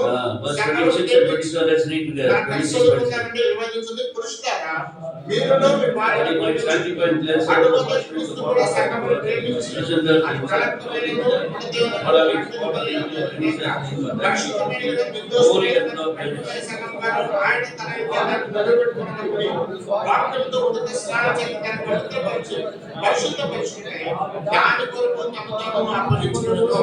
Now first understand this is the only ministry that the Lord is doing in the church. అక్కడికి ఇప్పుడు గ్రహించడానికి ప్రయత్నం చేద్దాం. దేవుడు ఆయన సంఘములో ఇదే పరిచయం కలిగి ఉన్నాడు. It is everlasting love. అది నిత్య శాశ్వతంగా ప్రేమతో, It is amazing love. ఆయన యొక్క వింతైన ప్రేమతో Which made him to lay down his life for the church. సంఘం కొరకు తన యొక్క ప్రాణాలను సహా వెచ్చించాడు. Here it says he did not lay down his life for the sinner, but he laid down his life for the church. ఇక్కడ పాపి కొరకు తన ప్రాణాన్ని పెట్టాడని రాయలేదు, కానీ సంఘం కొరకు తన ప్రాణాన్ని పెట్టాడని రాయబడింది. He shows the great love that he had for the church. అది సంఘం కొరకు ఆయన కలిసినట్టు ఎనలేని ప్రేమ చూపిస్తుంది. And secondly, the same love, రెండోది అదే ప్రేమ he is using the word of God దేవుని యొక్క వాక్యాన్ని ఉపయోగిస్తున్నాడు. to wash the church. ఆ సంఘాన్ని కడగడానికి He knows it's full of, it's got blemishes and spots. అక్కడికి ఎన్నో మచ్చలు కళంకములు ఉన్నాయి. Why does he say that? ఎందుకు చెప్తున్నాడు ఆ మాట? Because already blood has washed us from every sin. ఎందుకంటే అప్పటికే రక్తం ద్వారా ప్రతి పాపం తీసివేయబడింది. That is washing from head to foot. అక్కడికి తల నుంచి కాలి వరకు As he told Peter, పేతురుతో చెప్పాడు కదా. and now he is using the word of God ఇప్పుడు దేవుని యొక్క వాక్యాన్ని ఉపయోగిస్తున్నాడు. in the house of God, దేవుని యొక్క ఇంటిలో and he is preaching the word of God దేవుని యొక్క వాక్యాన్ని ప్రకటిస్తున్నాడు. to wash them, వాటిని కడగడానికి using the word of God as the water of God. దేవుని యొక్క వాక్యాన్ని దేవుని యొక్క నీరుగా ఉపయోగిస్తున్నాడు. It is so powerful it can wash us from spots and wrinkles. అక్కడికి ప్రతి మచ్చ కళంకము డాగుని తీసివేయడానికి శక్తివంతమైనది అది. Of course, spots of sin. కనుక ఇంకా మచ్చ అనేది పాపము. One small spot, చిన్న మచ్చ, you cannot tolerate. దాన్ని మనం తట్టుకోలేము. See, the bride is coming for marriage అక్కడికి పెళ్లి కుమార్తె వివాహం కోసం on వస్తుంది. the road. దారిలో 31 car is coming. ఆ కారు వచ్చిన పక్కన A నుంచి small spot of slush has fallen కనుక ఆ నీటి చొక్క ఏదో వచ్చి దాని మీద పడింది, on the saree. ఆ చీర మీద. Will she try to come and get married to that? ఆ మచ్చలన్నీ పెట్టుకుని పెళ్లి చేసుకుంటే వచ్చేస్తారు అనుకుంటారా? Try to cleanse it. ఎలాగైనా సరే దాన్ని తీసివేయాలని ప్రయత్నం చేస్తారు. Clean it, please. అక్కడికి ఏదో అలా ఒక గుడ్డ తీసుకుని Even small, other part of the saree is all white only. మిగిలిన చీర అంతా తెల్లగానే ఉంది. ఆ ఒక్క మచ్చను తీసివేయడానికి ప్రయత్నం చేస్తున్నారు. One small spot only. చిన్న మచ్చ, Only one small spot. అదే చిన్న మచ్చ కదా, పర్లేదు, He won't be able to accept. అలా అనుకోదామే. So on that day, she wants to wash it away. అక్కడికి ఆగేనా అందరిని కడుక్కోవడానికి వస్తుంది. Understand? అర్థమైందా? So the bridegroom also, when he sees her, కనుక when she comes to the bridegroom, ఆ యొక్క పెళ్లి కుమార్తె దగ్గరికి వచ్చినప్పుడు పెళ్లి కుమార్తె he will notice that spot there. అక్కడికి పెళ్లి కుమారుడు ఆ మంచనే చూస్తాడు, మిగిలి చూడండి. She can't argue with that bridegroom. ఆ పెళ్లి కుమార్తెని బాధించలేదని. Oh, you see, my saree is all white, all over white. Only one spot. You're looking at that only. నా మిగిలిన చీరంతా తెల్లగానే ఉంది కదా, అది కనపడలేదా, ఈ ఒక్క మచ్చే కనపడుతున్నా అంటదా. She cannot argue with that. అక్కడ అలా మాట్లాడలేదు, వాదించలేదు. He asks you, why did you come like this? ఎందుకు ఇలా వచ్చావు? You could have washed away that spot. ఆ మచ్చ కడుక్కోవచ్చు కదా. So here the Bible says, ఇంకా బైబిల్ చెప్తుంది everything is pure, అంతా పవిత్రంగా ఉంది, but we are able to get spots. కనుక అక్కడక్కడ మచ్చలు ఏర్పడ్డాయి మనకి. The spots of the flesh, ఆ శరీరం యొక్క మచ్చలు, the spots of the world లేదా లోకం యొక్క మచ్చలు may come upon a person. ఒక వ్యక్తి జీవితం మీదకి రావచ్చు. So the Lord is using the water of the word, కనుక దేవుడు వాక్యం అనేటువంటి ఉదకాన్ని తీసుకున్నాడు, washing and cleansing us దాన్ని కడిగి పవిత్రపరుస్తున్నాడు from those spots of sin, ఎక్కడిక పాపం యొక్క మచ్చల నుంచి, that may disqualify that person from being the bride of Christ. ఆ క్రీస్తు యొక్క వధువుగా ఉండకుండా అనార్హులుగా చేయడానికి. That person is a child of Christ. ఆ వ్యక్తి దేవుని యొక్క బిడ్డగా ఉండొచ్చు, Definitely heaven is there, ఖచ్చితంగా పరలోకం but ఉంది, cannot become the bride of Christ. కానీ క్రీస్తు వధువుగా మాత్రం ఉండలేదు. That is why he is washing it. అందుకొరకే కడుగుతున్నాడు. Then secondly we see, he రెండోది మనం ఇక్కడ చూస్తాం, is also washing it from the wrinkles it has. అక్కడికి దానికి కలిగిన ముడతల నుంచి కడుగుతున్నాడు. When you get wrinkles, మనకి ముడతలు ఎప్పుడు వస్తాయి? when the person is becoming old, ఎప్పుడైతే వృద్ధాప్యంలోకి వచ్చామో wrinkles, మెల్లగా మచ్చలు చేస్తారు, మడతలు ఏర్పడతాయి. wrinkles are there. కానీ మడతలు ఏర్పడతాయి. So young bridegroom, ఆ యవనస్తురాలేమో పెళ్లి కుమార్తె, bride is coming from there, ఆ పక్క నుంచి పెళ్లి కుమారుడు వస్తున్నాడు. covered with the veil. ఎలా ఉన్నాడు, నేను ఎలా ఉన్నాను, He is coming slowly, ఆ నెమ్మదిగా వస్తుంది. wondering why she is coming ఎందుకు ఇంత slowly. నెమ్మదిగా వస్తుంది? Little bit of hunchback. కొంచెం నడుము వంగిపోయింది, But she is trying best to come slow. ఆమె అది కనబడకుండా చాలా సాధ్యమైన నటిస్తుంది ఆమె. But when she comes near, దగ్గరికి వచ్చినప్పటికి he has lifted the veil. ఆ వేలు బయటికి తెస్తాడు. He lifts the veil, ఎప్పుడైతే వేలు an old woman is there అయ్యా చాలా ముసలి అయిపోయింది ఈమె, with all wrinkles. అన్ని మడతలే. What will the bridegroom do? అక్కడ పెళ్లి కుమారుడు Either will cancel the marriage, will run away. కనుక ఈ పెళ్లి నా పొద్దున్న పారిపోతాడు. That is why he is washing us from. You know what is that wrinkle? కనుక ఈ మడతలు ఏంటో తెలుసా మీకు? It is all about the old man. ఆ పాత పురుషుడు, The old man. ఆ పాత పురుషుడు, ప్రాచీన పురుషుడు, This nature, అదే అతని స్వభావం it makes wrinkles. అంతకు ముడతలు So తీసుకొస్తుంది. the Lord is washing us ప్రభు మనం కడుగుతున్నాడు with the water of the word, వాక్యమైన ఉదక స్నానం చేత. so that all the wrinkles are also disappearing. కనుక ఈ మడతలు కూడా పోతున్నాయి ఇప్పుడు. Oh, that is why the word of God has been ministered for the removal of the old man nature. అందుకొరకే ప్రాచీన పురుషుని యొక్క స్వభావం తొలగించడం కొరకు దేవుని యొక్క వాక్యం అనేటువంటి ఉదక స్నానం మనం ఉపయోగించాలి. And more we hear the word of God, అంత ఎక్కువగా దేవుని వాక్యాన్ని వింటాము, and we apply it, దాన్ని మనం అన్వయించుకుంటాము, the wrinkles disappear. ఈ మడతలన్నీ పోతా ఉంటాయి. You become younger and younger. అక్కడికి యవనస్తుడిగా You మారుతాం, be like a young bride. అక్కడికి యవనస్తురాలైన పెళ్లి కుమార్తెగా మారుతాం. And when he lifts the veil, ఎప్పుడైతే వేడి బయటికి తీసాడో beautiful young bride, ఎంతో సౌందర్యమైన యవన భార్యను చూస్తాడు. with no wrinkles, ఎక్కడ మడత లేదు, no nature of the old man. ఎక్కడ ప్రాచీన పురుషుని స్వభావం లేదు. Is that wherever you find old man nature, remember it's going to disqualify you from being a bride of Christ. ఎక్కడైతే నీ జీవితంలో ప్రాచీన పురుషుని స్వభావం ఉందో నువ్వు దేవుని యొక్క వధువుగా ఉండే విషయంలో అర్హతను కోల్పోతావు. Doesn't matter if my hair is getting grey. కనుక నా యొక్క తల వెంట్రుకలు తలగైనంతా పర్లేదు కానీ Physically become old. నేను భౌతికంగా చూస్తే వృద్ధాప్యంలోకి వచ్చేసాను. Physically I may have wrinkles.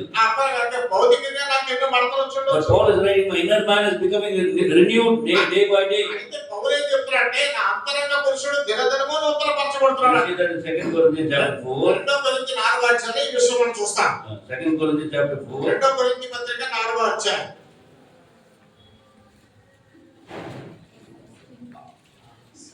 Now verse 17, 16.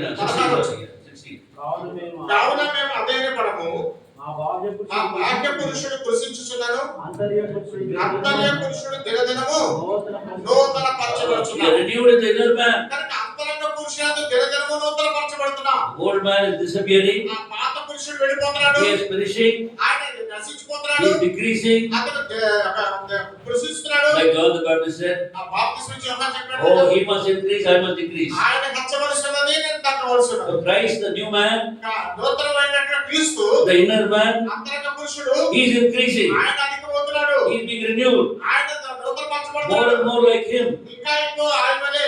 And my old man is diminishing, ఈ పాత పురుషుడు తగ్గిపోతున్నాడు. finally perishing. చివరికి నశించిపోతున్నాడు. So when I come to the Lord కనుక ప్రభు దగ్గరికి వచ్చినప్పుడు on the day of marriage, ఆ వివాహ సమయంలో I'm like a young bride. నేను యవ్వనస్తులైన భార్యగా ఉంటాను. Understand? అర్థమవుతుందా? So be very careful about your old nature. మీ పాత స్వభావం విషయంలో చాలా జాగ్రత్తగా That ఉండాలి. is why Satan is, inducing your old nature. అందుకొరకే సాతాను పాత పురుషుడిని ప్రేరేపిస్తానే ఉంటాడు. He cannot stop your salvation. He cannot hinder your salvation, నీ రక్షణను ఆపలేడు కానీ but he can hinder you from becoming the bride of Christ. క్రీస్తు యొక్క భార్యగా ఉండకుండా ఆటంకపరచగలవు. And it's only the bride of Christ who will sit next to the Lord and reign with the Lord for 1,000 years. క్రీస్తు యొక్క భార్య మాత్రమే ఆయన ప్రక్కన కూర్చుంది 1000 ఏళ్ల పరిపాలన పాలిపాలవుతుంది. It's a king and a queen. కనుక రాజు రాణి. Understand? అర్థమైందా? So please be very careful these days. కనుక ఈ దినాల్లో మనం చాలా జాగ్రత్తగా ఉండాలి. Are you becoming carnal? మీరు శరీరానుసారంగా ఉండిపోతారు. High time you stop, you confess it and repent and become a spiritual person. కనుక అలా ఉన్నట్లయితే ఒప్పుకొని పశ్చాత్తాపడి తిరిగి ఆత్మీయ వ్యక్తిగా రావడం చూడండి. That is why the Lord wrote in Matthew chapter 19. మత్తయి సువార్త 19వ అధ్యాయం ప్రభువు అదివరకు చెప్తున్నాడు. Look at Matthew chapter 19. చూడండి ఒకసారి మత్తయి సువార్త 19వ అధ్యాయం.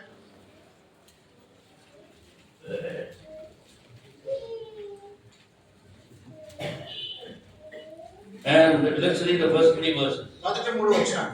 యేసు ఈ మాటలు చెప్పి చాలించిన తర్వాత గలిలయ నుండి యోర్దాను అంతరంగా యూదా ప్రాంతంలోకి వచ్చిన అందరికి వచ్చాడు. బహుజన సమూహంలో ఆయన వారిని అక్కడ స్వస్థపరిచాడు. పరిసయ్యులు ఆయనను శోధింపవలని ఆయన ఎదుట వచ్చి ఏ హేతు చేతనైన పురుషుడు తన భార్యను విడనాడు న్యాయమా అని అడుగగా From the Lord's heart, ప్రభు యొక్క హృదయం నుంచి He doesn't want to throw away anybody from being the bride of Christ. అక్కడికి It's His own children. అక్కడికి క్రీస్తు యొక్క భార్యగా అర్హత లేకుండా ఎవరిని విడిచిపెట్టడం ఆయనకి ఇష్టం లేదు. Sutharam Understand? Because He says, ఆయన చెప్తున్నాడు verse 4, 5వ వచనంలో, have you not read that He that made them at the beginning made them male and female? ఆయన సృజించిన వాడు ఆది నుండి వారు పురుషుని గాని స్త్రీని గాని సృజించనని మీరు చదవలేదా? So this is the bond between the husband and wife. కనుక భార్య భర్తల మధ్యలో ఉన్న బంధం ఇది. They are from the beginning ఆది నుంచి one man and one woman. ఒక పురుషుడు ఒక స్త్రీ. Today it's a different story in the world. ఈ రోజుల్లో లోపల చాలా భిన్నమైన కథ నడుస్తుంది. People think they can marry a number of wives. ప్రజలు కూడా చాలా మంది భార్యను పెళ్లి చేసుకోవచ్చు. So what should have God done? ఆ ప్రభు ఏం చేశాడు? One Adam, ఒక ఆదముని 5 wives, 5 Eves.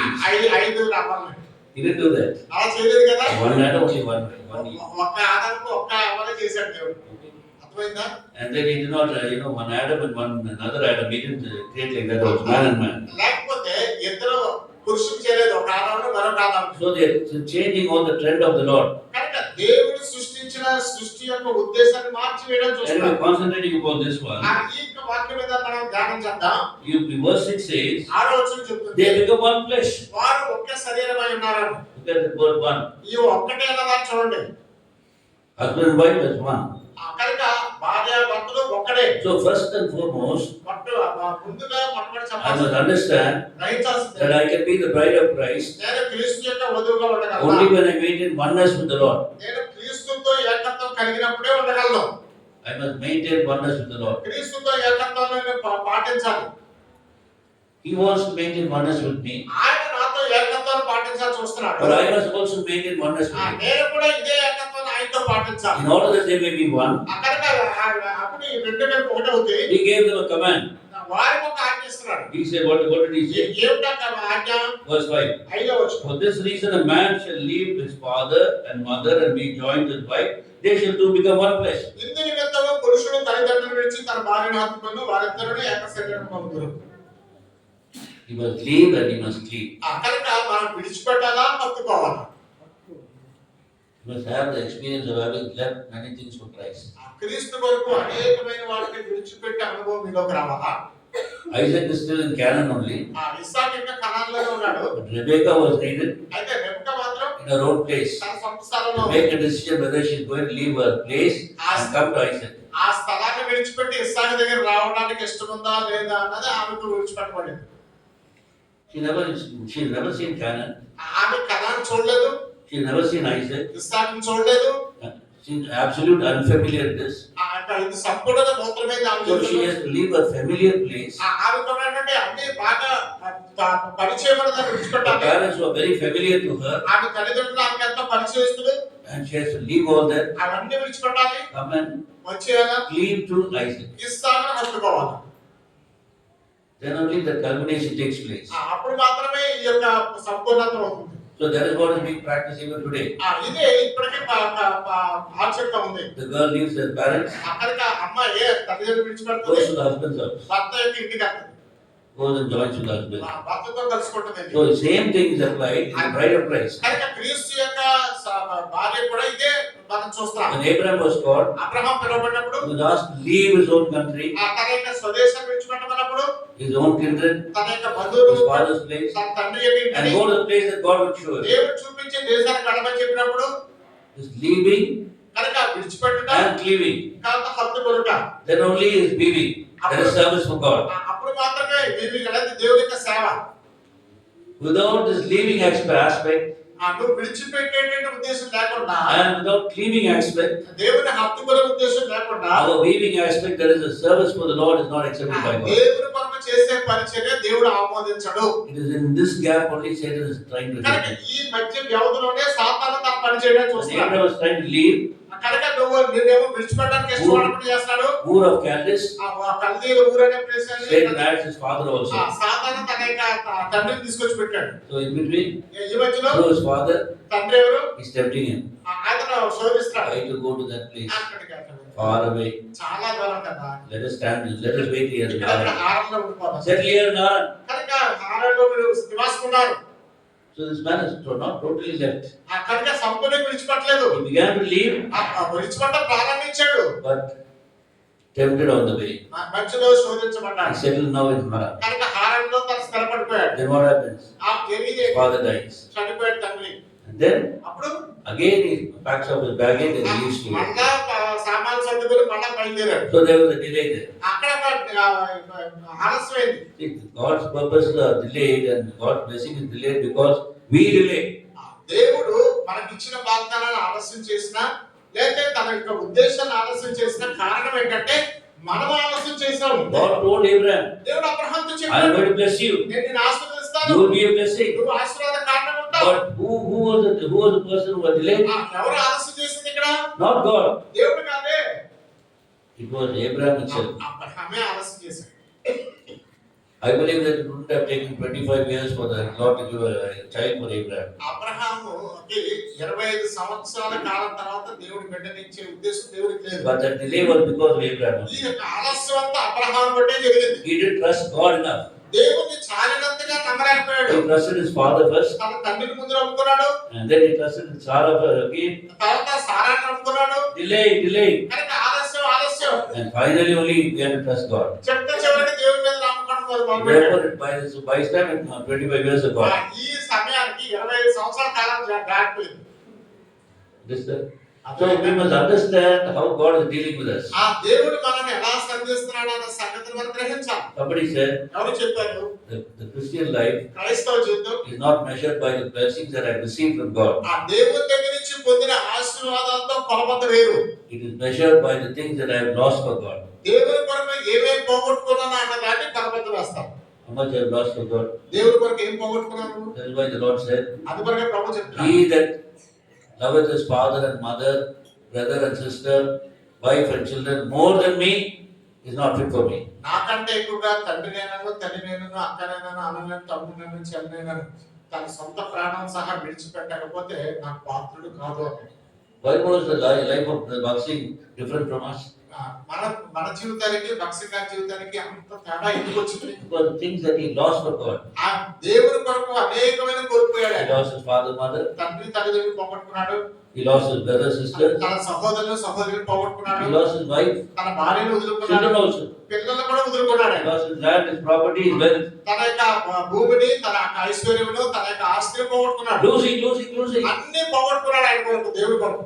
And more and more he left for God, he was cleaving to God. ఎంత ఎక్కువగా దేవుని కొరకు వదులుకున్నాడో అంత ఎక్కువగా దేవుని హత్తుకున్నాడు. He was holding on to God. ఆ దేవునే హత్తుకున్నాడు ఆయన. He was trusting God more and ఆ more. దేవుని ఎక్కువ నమ్మిక ఉంచాడు. God, you are my father, my mother.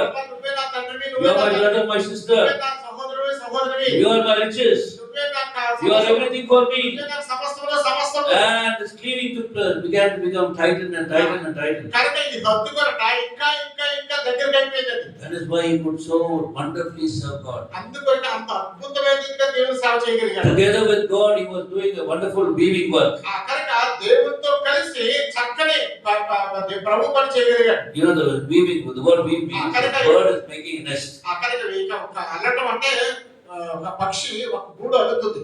Bringing dry sticks. ఆ ఎండిపోయిన పొదలు తీసుకొస్తుంది. Make a beautiful nest for the little ones to be there. చిన్నది ఉండడానికి చాలా చక్కని గూడు తయారు చేస్తుంది. That is what God is also using us. దేవుడు మనల్ని అలా ఉపయోగిస్తాడు. Our service మన యొక్క పరిచర్య is measured on the basis of how much you have lost for Christ. నువ్వు క్రీస్తు కొరకు ఏమేమి వదులుకున్నావు అన్న దాంతో కొలత వేస్తాడు. It's a process till the end. అది అంతవరకు కొనసాగుతుంది. అది Never try to grab anything in your life, ఎప్పుడు నీ జీవితంలో దేన్ని కూడా లాక్కోవడానికి ప్రయత్నం but చేయకు. be always ready to give up. ఎల్లప్పుడూ దేవుడి కొరకు ఇవ్వడానికి Lose for చూడు. Christ. క్రీస్తు కొరకు Look at పోగొట్టుకున్నాడు. Abraham. అది అబ్రహాం చూడు. At the end of his life, తన జీవితం అంతవరకు he was loving Isaac very much. ఇస్సాకును ప్రేమించాడు. One day God called him. ఒక రోజు దేవుడు పిలిచాడు. Come in. రాయనట. Go and sacrifice ఆ yourself. వెళ్ళి నీ కొడుకు నాకు అప్పడి. And you're cleaving to him. ఆ అతను హత్తుకుంటున్నావా? You have to leave him also. ఆయన కూడా విడిచిపెట్టాలి నువ్వు. And this man immediately said, ఈయన వెంటనే అంటాడు, Lord, I'm ready to leave. ప్రభా నేను వదులుకోవడానికి సిద్ధంగా Lose ఉన్నాను. my son also for your sake. ప్రభా నీ గురించి నా కుమారుడు ఎంత మాత్రమాడు. I want to cleave to you. నేను నిన్నే హత్తుకుంటాను. And he took him to Moriah to sacrifice. కనుక మర్యాద తీసుకొని ఇక్కడ బలి అర్పించాలని చూశాడు. Suppose you're asking that, ప్రభా నిన్నే అడగలిగితే what will you do? నువ్వేం చేస్తావు? Oh, I want Isaac. నాకు ఇస్సాకే కావాలండి. నాకు So many ఇస్సాకే. people want Isaac only today. కనుక చాలా మందికి ఇస్సాకులే కావాలా. My portion, my power, నా అధికారం, నా శక్తి, my నా property. స్థానము, నా ఆస్తి. I only labor here. నేనే ప్రయాసపడేది ఇక్కడ. Yes, you are not able to cleave to the Lord. అనగా ప్రభువును హత్తుకోలేకపోతున్నాను. So look at the wife. కనుక భార్య చూడు. She doesn't know her husband. First time she's seeing the ఆమెకు భర్త తెలియదు, మొట్టమొదటిసారి చూస్తుందని. first time only she's seeing husband, the father-in-law, mother-in-law. ఆ మొట్టమొదటిసారిగా అత్తమామలు చూస్తుంది. But she comes with faith. అయితే విశ్వాసంతో వచ్చింది ఆమె. Any bahu is like that only. ఏ కోటలన్నా ఆయన ఉంది ఈ రోజున. We learn a lesson from them. వారి నుంచి మనం పాఠం They నేర్చుకోవాలి. trust in their husband. They trust their father-in-law, mother-in-law more than us.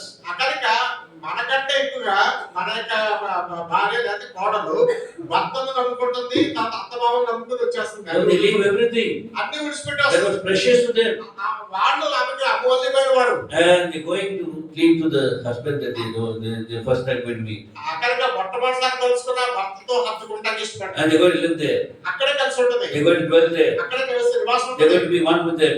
వాటితో ఒక ఏకంగా The ఉంటుంది. same thing అదే is needed for the bride of Christ. క్రీస్తు యొక్క భార్యకు జరగాల్సింది. Leaving, cleaving, and weaving. కనుక విడిచిపెట్టడము, ఇంగ్లీష్ రకం లీవింగ్, క్లీవింగ్, వీవింగ్ అంటే విడిచిపెట్టము, హత్తుకోవడము, అనడం. If you don't have that understanding, ఆ గ్రహింపు లేకపోతే then it's very difficult for you to be the bride of Christ. క్రీస్తు యొక్క వధువుగా ఉండడం చాలా కష్టం. And then we see here ఆ తర్వాత ఇక్కడ చూస్తాం. in now what is this leaving and cleaving? అక్కడికి విడిచిపెట్టడం అంటే ఏంటి, హత్తుకోవడం అంటే ఏంటి? When you say I'm going to cleave, నేను హత్తుకుంటానంటే of course we know what Abraham lost. Abraham ఏం పోగొట్టుకున్నాడో తెలుసు. But what is cleaving? ఆ హత్తుకోవడం అంటే ఏంటి? You see the book of Proverbs 31. కీర్తన 31 దయచేసి సామెత There is the virtuous, the character of a virtuous woman is written there. అక్కడ గుణవంతురాలైనటువంటి స్త్రీని గురించి చూస్తాం. Her husband itself gives a testimony. ఆ భర్త సాక్ష్యం ఇస్తున్నాడు ఆవిడ గురించి. Her husband is giving a testimony. భర్త సాక్ష్యం ఇస్తున్నాడు. What does he say? ఏమని చెప్తున్నాడు? Oh, there's nobody like you. నీ వంటి వాడు ఎవరు లేరు. So here we see, ఇక్కడ మనం చూస్తాం. first of all, మొట్టమొదటిగా verse 11. 11వ వచనం. The heart of her husband safely trusts her. ఆమె పెరిమిటి ఆమె యందు నమ్మిక ఉంచును. Can God trust me? దేవుడు నన్ను నమ్ముకోగలడా? Can he trust me? దేవుడు నన్ను నమ్ముకోగలడా? Am I living a trustworthy life? నేను నా నమ్మదగిన యోగ్యమైన జీవితం Or జీవిస్తున్నాను. am I changing sides often? లేకపోతే తరచుగా నేను మార్చుకుంటున్నాను. నేను ఈ పక్షం ఆ పక్షం మారుస్తున్నాను. Sometimes I'm with the Lord. కొన్నిసార్లు దేవుడితో ఉంటూ, Sometimes change and go to the devil side. కొన్నిసార్లు సాతాను పక్షం వహిస్తూ. he must be safe, he must be able to trust me. కనుక ఆయన నా యందు నమ్మిక ఉంచాలి. See, you left your wives and came.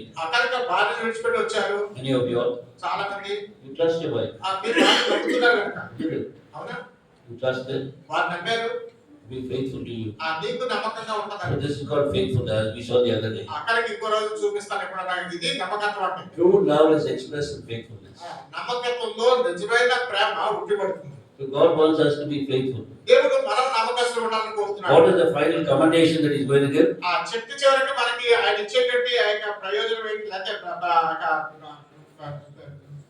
గుర్తింపు ఏంటి? Well done, my faithful and good servant. బడా నమ్మకమైన మంచి దాసుడా. That's what He's going to do. That's the desire. That should be the desire of my servant. కనుక నా సేవ యొక్క ఫలితార్థం అది కావాలి. So he was trusting Him. ఆయన నమ్మించాడు. Safely trusting Him. సుఖంగా నమ్మించాడు. Secondly, we see verse 12. చూస్తే 12వ The వచనంలో sleeping wife, తాను బ్రతికినటువంటి she does him only good all through her lifetime. ఒక హద్దుకునే భార్య తన జీవితకాలం అంతా కూడా మేలు మాత్రమే చేస్తుంది. She knows what is evil. అక్కడికి కీడు అంటే తెలుసు If ఆమెకి. I do this, ఇది చేయాలా? it will bring evil to my husband. నా భర్తకి కీడు తీసుకొస్తుంది. If I do this, ఈ పని చేస్తే it will be good for my husband. అది నా భర్తకి మేలు పొందుతుంది. So I'm any wife ఏ భార్య అయినా will never think any evil about for her husband. తన యొక్క భర్త కొరకు కీడు తలపెట్టదు. Am I like this? నేను అలా ఉన్నానా? Why does He safely trust me? ఎందుకు అంత సుఖంగా నా ఆయన Because He నమ్మించుకున్నాడు? knows that I will only do good for Him. నేను ఆయన కొరకు మేలు మాత్రమే చేస్తానని ఎరిగినాడు కనుక All the days of my life, నా జీవితకాలం అంతా till He comes. ఆయన వచ్చినంత వరకు. Then in verse 13, 11వ వచనంలో willingly works with her hands. ఆమె ఇష్టపూర్వకంగా తన చేతులతో పని చేస్తుంది. What does it mean? అన్నట్టు When we serve the Lord, మన ప్రభు He సేవించినప్పుడు doesn't want to force us. మన బలవంత పెట్టడానికి He wants us to joyfully, willingly work for Him. సంతోషంగా ఇష్టపూర్వకంగా ఆయన కొరకు పని చేయాలని He చూస్తున్నాడు. wants me to willingly suffer with Him. అక్కడిక ప్రజలు ఇష్టపూర్వకంగా ఆయన కొరకు శ్రమ పడాలి. See, after the girl is married to the boy, అక్కడిక ఒక అమ్మాయితో వివాహం అయిన తర్వాత she goes to the house, ఇంటికి వెళ్తుంది. she finds they are living in poverty. అక్కడిక వాడు పేదరికంలో ఉన్నారని చూస్తుంది. Now she is living in prosperity. ఆమెమో అభివృద్ధిలో ఉంది. She comes there. అక్కడికి వచ్చి Now she knows that she has to live in poverty. ఈ యొక్క పేదరికంలో జీవించాలని తెలుసుకుంది. She adjusts herself. ఆమె తను తాను సర్దుబాటు చేసుకుంటుంది. You can suggest. ఆమె సర్దుబాటు Her చేసుకుంటుంది. poverty condition. ఈ యొక్క పేదరికంలోనే తను తాను Oh, my daddy and my mommy, they have kept me in all the prosperity. I was always eating 3 times a day. Only 1 time a day. నా అమ్మ నాన్న చాలా బాగా చూస్తున్నారు, చాలా భాగ్యవంతులు. నేను 3 పూటలు తినేదాన్ని. ఇక్కడికి వచ్చిన తర్వాత 1 పూట భోజనం అయిపోయింది నాకు. So willingly she suffers. ఇష్టపూర్వకంగా శ్రమ పడుతుందని Willingly she accepts. ఇష్టపూర్వకంగా అంగీకరిస్తుంది. God doesn't force her. ఎవరు బలవంతం చేయక్కర్లేదు. She sees the condition. ఆ పరిస్థితిని చూస్తుంది. Willingly offers. దాంట్లో తాను ఇమిడిపోతుంది. This is where we surrender our lives. ఈ రీతిగా మన జీవితాన్ని అప్పగించుకుంటాం. The Lord was wanting to build the tabernacle. ప్రభు ప్రత్యక్ష గుడారం నిర్మించినప్పుడు 20 lakh people are there. 20 లక్షలు ఉన్నారు. But He told Moses, మోషేకి చెప్పాడు, don't force anybody to give any offering. బలవంతంగా ఎవరి దగ్గర వసూలు చేయొద్దు. Ask them if they're willing, they can come. ఇష్టపూర్వకంగా ఎవరైతే ఇస్తారో వాళ్ళ దగ్గర మాత్రమే And build తీసుకో. the tabernacle with them. దాంతోనే ప్రత్యక్ష గుడారం నిర్మించు. So if anybody is not willing, ఎవరికైతే ఇష్టం లేదో don't take it from them. వాళ్ళ దగ్గర తీసుకోవద్దు కూడా. Leave it. Don't go and be harsh with them. అక్కడికి విడిచిపెట్టేసి అంటే వాళ్ళతో కఠినంగా కూడా వ్యవహరించొద్దు. When you're harsh with them, you're trying to force them. సాధారణంగా ఏంటంటే ఎవరికి ఇవ్వకపోతే వాళ్ళు బలవంతం చేయడం చూస్తాం. That is why in the happy married life, అందుకనే సంతోషకరమైన వివాహ జీవితంలో you must not force your wife to do anything for you. నీ యొక్క భార్యను ఏదో విషయం చేయడానికి నిన్ను బలవంతం పెట్టేలాగా చూడకూడదు. Can you ever say that the Lord forced you?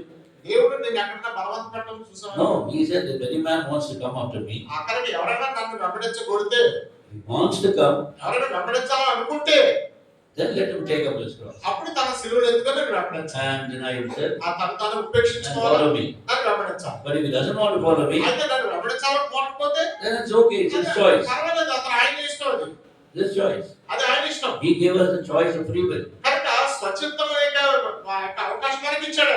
And therefore we must never force anybody. కనుక మనం ఎవరిని బలవంతం చేయకూడదు. And He wants us to willingly surrender ourselves. కనుక ఇష్టపూర్వకంగా మనం ఆయనకు అప్పగించుకోవాలని చూస్తున్నాడు. So this bride of Christ ఈ క్రీస్తు వధువు is a willing person. ఇష్టపరమైన వ్యక్తి.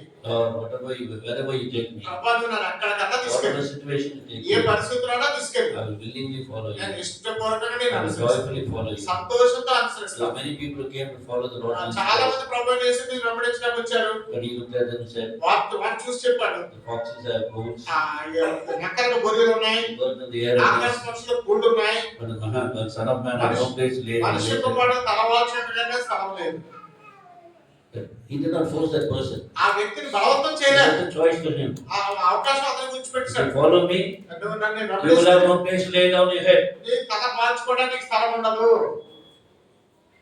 You will have no place to lay down your head. నీ తల వాల్చుకోవడానికి స్థలమే ఉండదు. But I am not forcing you. నేను నీ బలవంతం చేయట్లేదు. You మళ్ళా wanted to follow me, నువ్వు నన్ను వెంబడించుకుంటే you have to willingly suffer all these things. ఇష్టపూర్వకంగా శ్రమ పడాలి. So she is willingly working with her hands. ఆమె తన చేతులతో కష్టపడి ఇష్టపూర్వకంగా పనిచేస్తుంది. Then verse 14 and verse 15 ఆ 14-15 వచనాలు చూస్తే speaks about the feeding the children.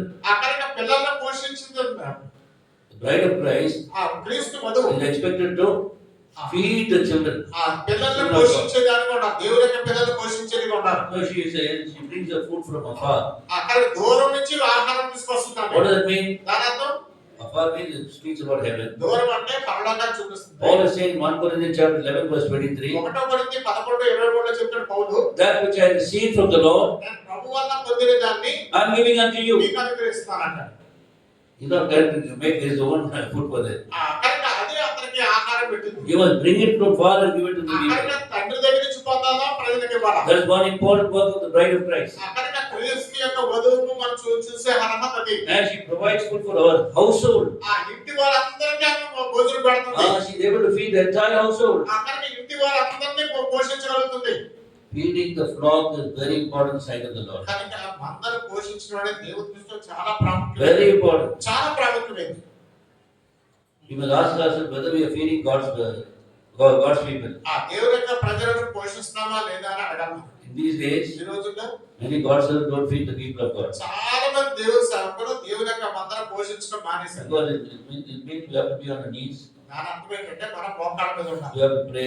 ప్రార్థన చేయాలి, You have to surrender yourself. నిన్ను నువ్వు You have అప్పగించుకోవాలి, to search your heart. నీ హృదయాన్ని You have to పరీక్షించుకోవాలి, be cleansed. ఆ నువ్వు శుద్ధీకరించబడాలి. It's a lot of preparation. అక్కడికి ఇదంతా సిద్ధపాటు భాగం. So they have a shortcut. కనుక వాడు అడ్డదారి ఉంది. It's called the responsibility. ఆ బాధ్యత కలిగి సహోదరుని పిలుస్తాడు.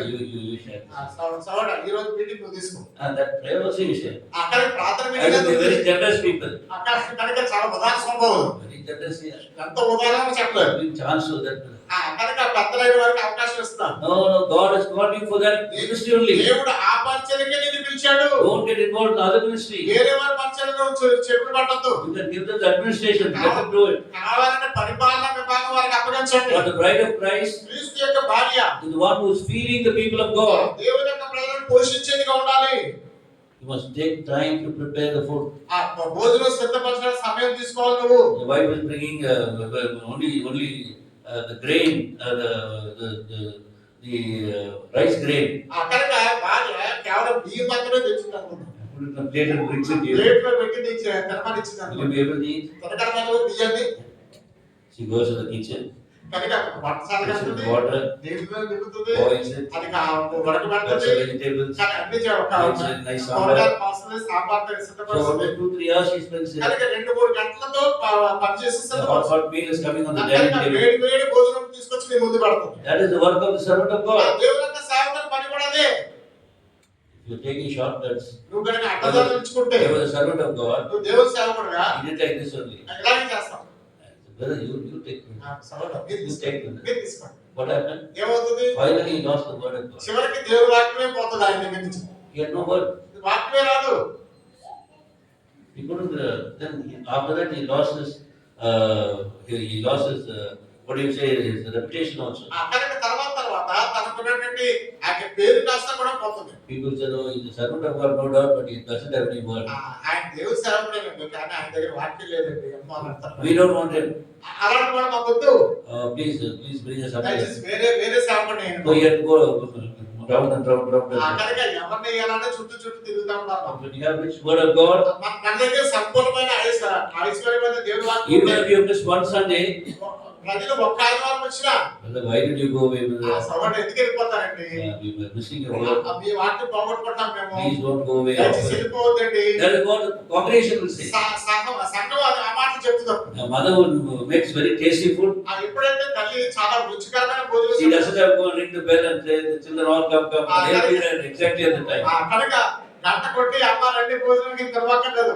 ఈ వాసన వెళ్ళి ముందే సమయానికి ముందు వచ్చి కూర్చుంటారు. Oh, mommy will make very tasty food. అమ్మ నాన్న చాలా రుచికరమైన భోజనం So చేస్తారు. they will be rushing to the dining table. కనుక డైనింగ్ టేబుల్ దగ్గర పరిగెత్తుకు వస్తారు. Understand? So that is the importance. That is the importance of giving the word of God. కనుక దేవుని యొక్క వాక్యం ఇచ్చే దానిలో ఉన్న ప్రాధాన్యత అది. So she rises while it is yet night. కనుక ఆమె వేకునే లెగుస్తుంది. Early in the morning. వేకునే లెగుస్తూ రాత్రంతా పనిచేస్తారు. Have you seen your wife rolling in the bed till 8 o'clock and giving you breakfast? 8 గంటలకి పడక చుట్టుకుని అప్పుడు ఉదయకాల ఆహారం సిద్ధపరచడం చూసారా? She is there in the morning 4 o'clock. తెల్లవారు 4 గంటలు వేసి ఉంటుంది అక్కడ. My wife gets up at 3 o'clock. నా భార్యకి 3 గంటలు లెగుస్తుంది. 3 to 5 she keeps on praying. 3 నుంచి 5 వరకు ప్రార్థన And then చేస్తుంది. 5 onwards she will be in the kitchen. 5 గంటల నుంచి కిచెన్ లోనే ఉంటుంది. 8 o'clock she is there with the breakfast. 8 గంటలకల్లా ఉదయకాల ఆహారం సిద్ధం. Every day is going on like that. ప్రతిరోజు అలాగే జరుగుతుంది. Understand? So that is what the Lord wants. అది ప్రభు కోరుతున్నాడు. He wants a servant of God దేవుని యొక్క సేవకుడు to rise up early in the morning. ఉదయకాలాన్నే లేవాలా? Because Lord says, ప్రభు చెప్తున్నాడు, he that seeks me early will find me. వేకునే నన్ను కనుగొనబడు అంటే నేను కనబడతాను వాడికి. The Lord rose up early in the morning ప్రభు వేకునే తెల్లవారుజామున and లేచాడు. he went alone. ఆయన ఏకాంతంగా వెళ్ళాడు. And Isaiah writes in Isaiah 50 verse 4, he was like a student listening to the Father's word. యెషయా 50లో యెషయా రాస్తాడు, ఒక వినువాడు జాగ్రత్తగా విన్నట్లుగా ఆయన ఒక విద్యార్థి వలె జాగ్రత్తగా వింటాడు. So that he could share the word of God, what the Father had given to the weary. కనుక ఎవరైతే ఆయన అలసిపోయారో వారికి ఇవ్వడానికి దేవుని యొక్క వాక్యాన్ని జాగ్రత్తగా విని అందించినట్లు. So the bride of Christ is a person who sacrificed her time. కనుక క్రీస్తు యొక్క వధువు ఎలాంటి వ్యక్తి కావాలంటే తన యొక్క సమయాన్ని త్యాగం చేసుకునేవాడిగా ఉండాలి. Therefore, rising early in the morning కనుక వేకునే లేచేవాడు ఉండాలి. and preparing the food. భోజనాన్ని సిద్ధపరిచేవాడిగా. That is the time when the Lord will give you something. ఆ సమయంలోనే ప్రభు నీకు ఏదో ఇస్తాడు. All throughout the week. వారమంతా You rise up early and sing. ఉదయాన్నే లేచి చూడండి. Spend time in worshiping the Lord. ప్రభువుని ఆరాధించిన సమయం గడపండి. Spend time in praying to the Lord. ప్రార్థన చేయడంలో సమయం గడపండి. Spend time in and reading the word of God, meditating the word of God. దేవుని యొక్క వాక్యాన్ని చదివి ధ్యానించేదాంట్లో సమయం గడపండి. It may be about 2-3 hours. 2-3 గంటలు పట్టొచ్చు. But that Sunday, ఆదివారం you will be able to give some fresh food. మీరు ఒక నూతనమైన లేదా తాజా ఆహారాన్ని ఇవ్వాలి. Fresh food for the people of God. దేవుని యొక్క ప్రజలకు తాజా ఆహారాన్ని ఇవ్వాలి. You know nowadays, ఈ రోజుల్లో stale food only have servants of God. Cup కొట్టిన ఆహారాన్ని తీసుకొచ్చి పెడతాం. Pulling out notes, old notes. ఆ పాత నోట్లన్నీ బయటకు తీస్తాం నోట్ బుక్ లో. You know, to give something, I must be able to give something. అక్కడికి ఏదో ఒకటి నేను ఇవ్వాలి అనుకుంటాను. So they begin to, search through all the old. కనుక పాత గత కాలంలో ఏదైతే రాసుకున్నారో అవన్నీ బయటకు తీస్తారు. And they will tell me, please, they remember. ఇది ఎప్పుడో చెప్పినట్టు గుర్తుంటదంటారా? There are so many people who being part of it. చాలా మంది చాలా మంది చేసేవాడు ఉన్నారు అక్కడ. They go around with the same old message. అక్కడికి అదే పాత వర్తమానం తీసుకొచ్చి They came with the same assembly where they started their message. అక్కడికి గతంలో ఎప్పుడైతే చెప్పారో అదే అసెంబ్లీకి వస్తారు. After the message was over, one brother went and said, అయిపోయిన తర్వాత ఒక ఆయన చెప్పాడు, the last time when you came also, you share the గతంలో same నువ్వు message. వచ్చావు కదా, ఇదే వాక్యం చెప్పావు కదా నువ్వు. Now also is hearing the same ఇప్పుడు కూడా message. ఇదే వాక్యం చెప్పాను. What brother, you don't have anything else? ఏంటి సహోదరుడే, వేరే వాక్యం లేదా నీకు? Same. Same message, so fresh message. కనుక కంపు కొట్టినటువంటి ఆహారం, Your తాజా వర్తమానం లేదు. wife was making sambar నీ యొక్క భార్య సాంబార్ చేసింది 1 week. ఒక వారం అంతా. Every day same. ప్రతిరోజు అదే సాంబార్ Do you తీసుకుంటుంది. not get sick about it? మనం ఏమనుకుంటాం దాని గురించి? What is this? ఏంటిది ఇది? When did you make this? ఎప్పుడు చేసావు? Last week. పోయిన వారం చేశాను కదండి. Whole week you're giving me same sambar. వారం అంతా నాకు ఒకే సాంబార్ పెడుతున్నావు ఏంటి నువ్వు? You all get upset offended, isn't it? కనుక నీకే అభ్యంతరం అవుతుంది కదా. But in case she's able to make it fresh, ప్రతిరోజు ఒకవేళ అదే సాంబార్ నూతనంగా చేస్తుంది అనుకోండి, oh, how happy that husband is. సంతోషం భర్తకి. Even so, అలాగే the household needs, ఆ ఇంటి పని విషయాలు household needs fresh food. కనుక నూతనమైన తాజా తాజా ఆహారం. And then we see here ఆ తర్వాత చూస్తాం in verse 18, 18వ వచనంలో the lamb does not go out in the night. ఆ రాత్రి వేళ ఆమె దీపం ఆరిపోదు. The lamb does not go out by night. ఆ రాత్రి వేళ ఆమె దీపం ఆరిపోదు. This night speaks about the time of sufferings. కనుక ఈ రాత్రి మన శ్రమ యొక్క దినాలను జ్ఞాపకం చేస్తుంది. But she has the guidance of God. అయితే దేవుని యొక్క నడిపింపు ఉందాం. Though everything is dark, అన్ని చీకటి ఉన్నా she knows ఆమె తెలుసు she has got light from the Lord. ఆ దేవుని యొక్క దీపం ఆమెలో ఉందని. Her lamp is still burning. ఆమె యొక్క దీపం ఇంకా వెలుగుతూనే ఉంది. Everything is dark. అన్ని చీకటి But ఉన్నాయి. she is not like the foolish virgin. కనుక ఆ బుద్ధిగల కన్యకల లేదు. She still has the light burning ఇంకా ఆమె దీపం వెలుగుతూనే ఉంది. brightly. It's ప్రకాశవంతంగా. not flickering out కనుక అది మిగమిగ నాటలేదు. because she is a spiritual person. ఎందుకంటే ఆమె ఆత్మీయమైన వ్యక్తి కనుక. So the church is going through darkness now. సంఘము చీకట్లోకి వెళ్ళినప్పుడు You must understand why it is going in darkness. ఎందుకలా చీకట్లో తెలుసుకోవాలి. How you can be a burning light in this darkness. ఈ చీకట్లో నువ్వు ప్రకాశించు దీపంగా ఎలా ఉండగలవో చూడాలి. When the Lord came into this world, ప్రభు ఈ లోకానికి వచ్చినప్పుడు the entire world was in gross darkness. లోకమంతా కూడా భయంకరమైన చీకట్లో ఉంది. చిమ్మ చీకట్లో. Terrible darkness. కట్టిన చీకటి. Therefore he said, I am the light of this world. ఆయన అన్నాడు నేను లోకంలోకి The వెలుగును. only light that was burning అక్కడికి మండుతున్న ఒకే ఒక దీపము in the terrible darkness ఆ భయంకరమైన చీకట్లో was the Lord. ప్రభువైన యేసు. And the darkness could not overcome him. ఈ చీకటి ఆయనను అధిగమించలేకపోయింది. You must be very careful. మనం చాలా So జాగ్రత్తగా. what does it say? ఏం చెప్తుంది? Light also is like that. అక్కడికి ఆ జీవితం ఆధారం ఉంది. Her lamp does not go ఆమె రాత్రి వేళ ఆయన దీపం ఆడిపోదు. because she constantly gets filled with the Holy కనుక Spirit. ఎల్లప్పుడూ పరిశుద్ధాత్మతో నింపబడుతుంది కనుక. So remember Matthew chapter 25, మత్తయి సువార్త 25 జ్ఞాపకం the చేసుకోండి. difference between the wise virgin and the foolish virgin. బుద్ధిమంతులైన కన్యకలకు బుద్ధిహీనులైన కన్యకలకు తేడా. Both are born again. ఆ ఇద్దరు తిరిగి జన్మించిన వాళ్ళే. Both have the oil. ఇద్దరి దగ్గర దేవుడు నూనె ఉంది. But the 5 wise virgins బుద్ధిమంతులైన కన్యకలు had enough oil సరిపడా నూనె ఉన్నది. to last even during the darkness. అక్కడికి చీకట్లో ఉండడం కొనసాగడానికి. So the pitch darkness at 12 o'clock. కనుక 12 గంటల కటిక చీకట్లో But the other foolish virgins, బుద్ధిహీనులైన కన్యకలు the light is flickering. అక్కడికి దీపం ఆరిపోతా ఉంది. Many times it has gone out also. అక్కడికి కొంతసేపు ఆరిపోద్ది కూడా. So this is the spirituality of a person. కనుక వ్యక్తి యొక్క ఆత్మీయ జీవితం ఇది. You keep on yielding to the Holy Spirit, He fills you. కనుక ఎప్పుడైతే పరిశుద్ధాత్మకు అప్పగించుకుంటావో పరిశుద్ధాత్మని నింపుతూ ఉంటాడు. It's a price paying Christian life. కనుక క్రయము చెల్లించే క్రైస్తవ జీవితం ఇది. And then we see here, ఆ తర్వాత ఇక్కడ చూస్తాం verse 23, 23వ వచనంలో the husband is, verse 20, I'm sorry, verse 20. 20వ వచనం. Yes, he reaches out her hands to the needy. దరిద్రులకు తన చేతులు చాపును. Oh, the church.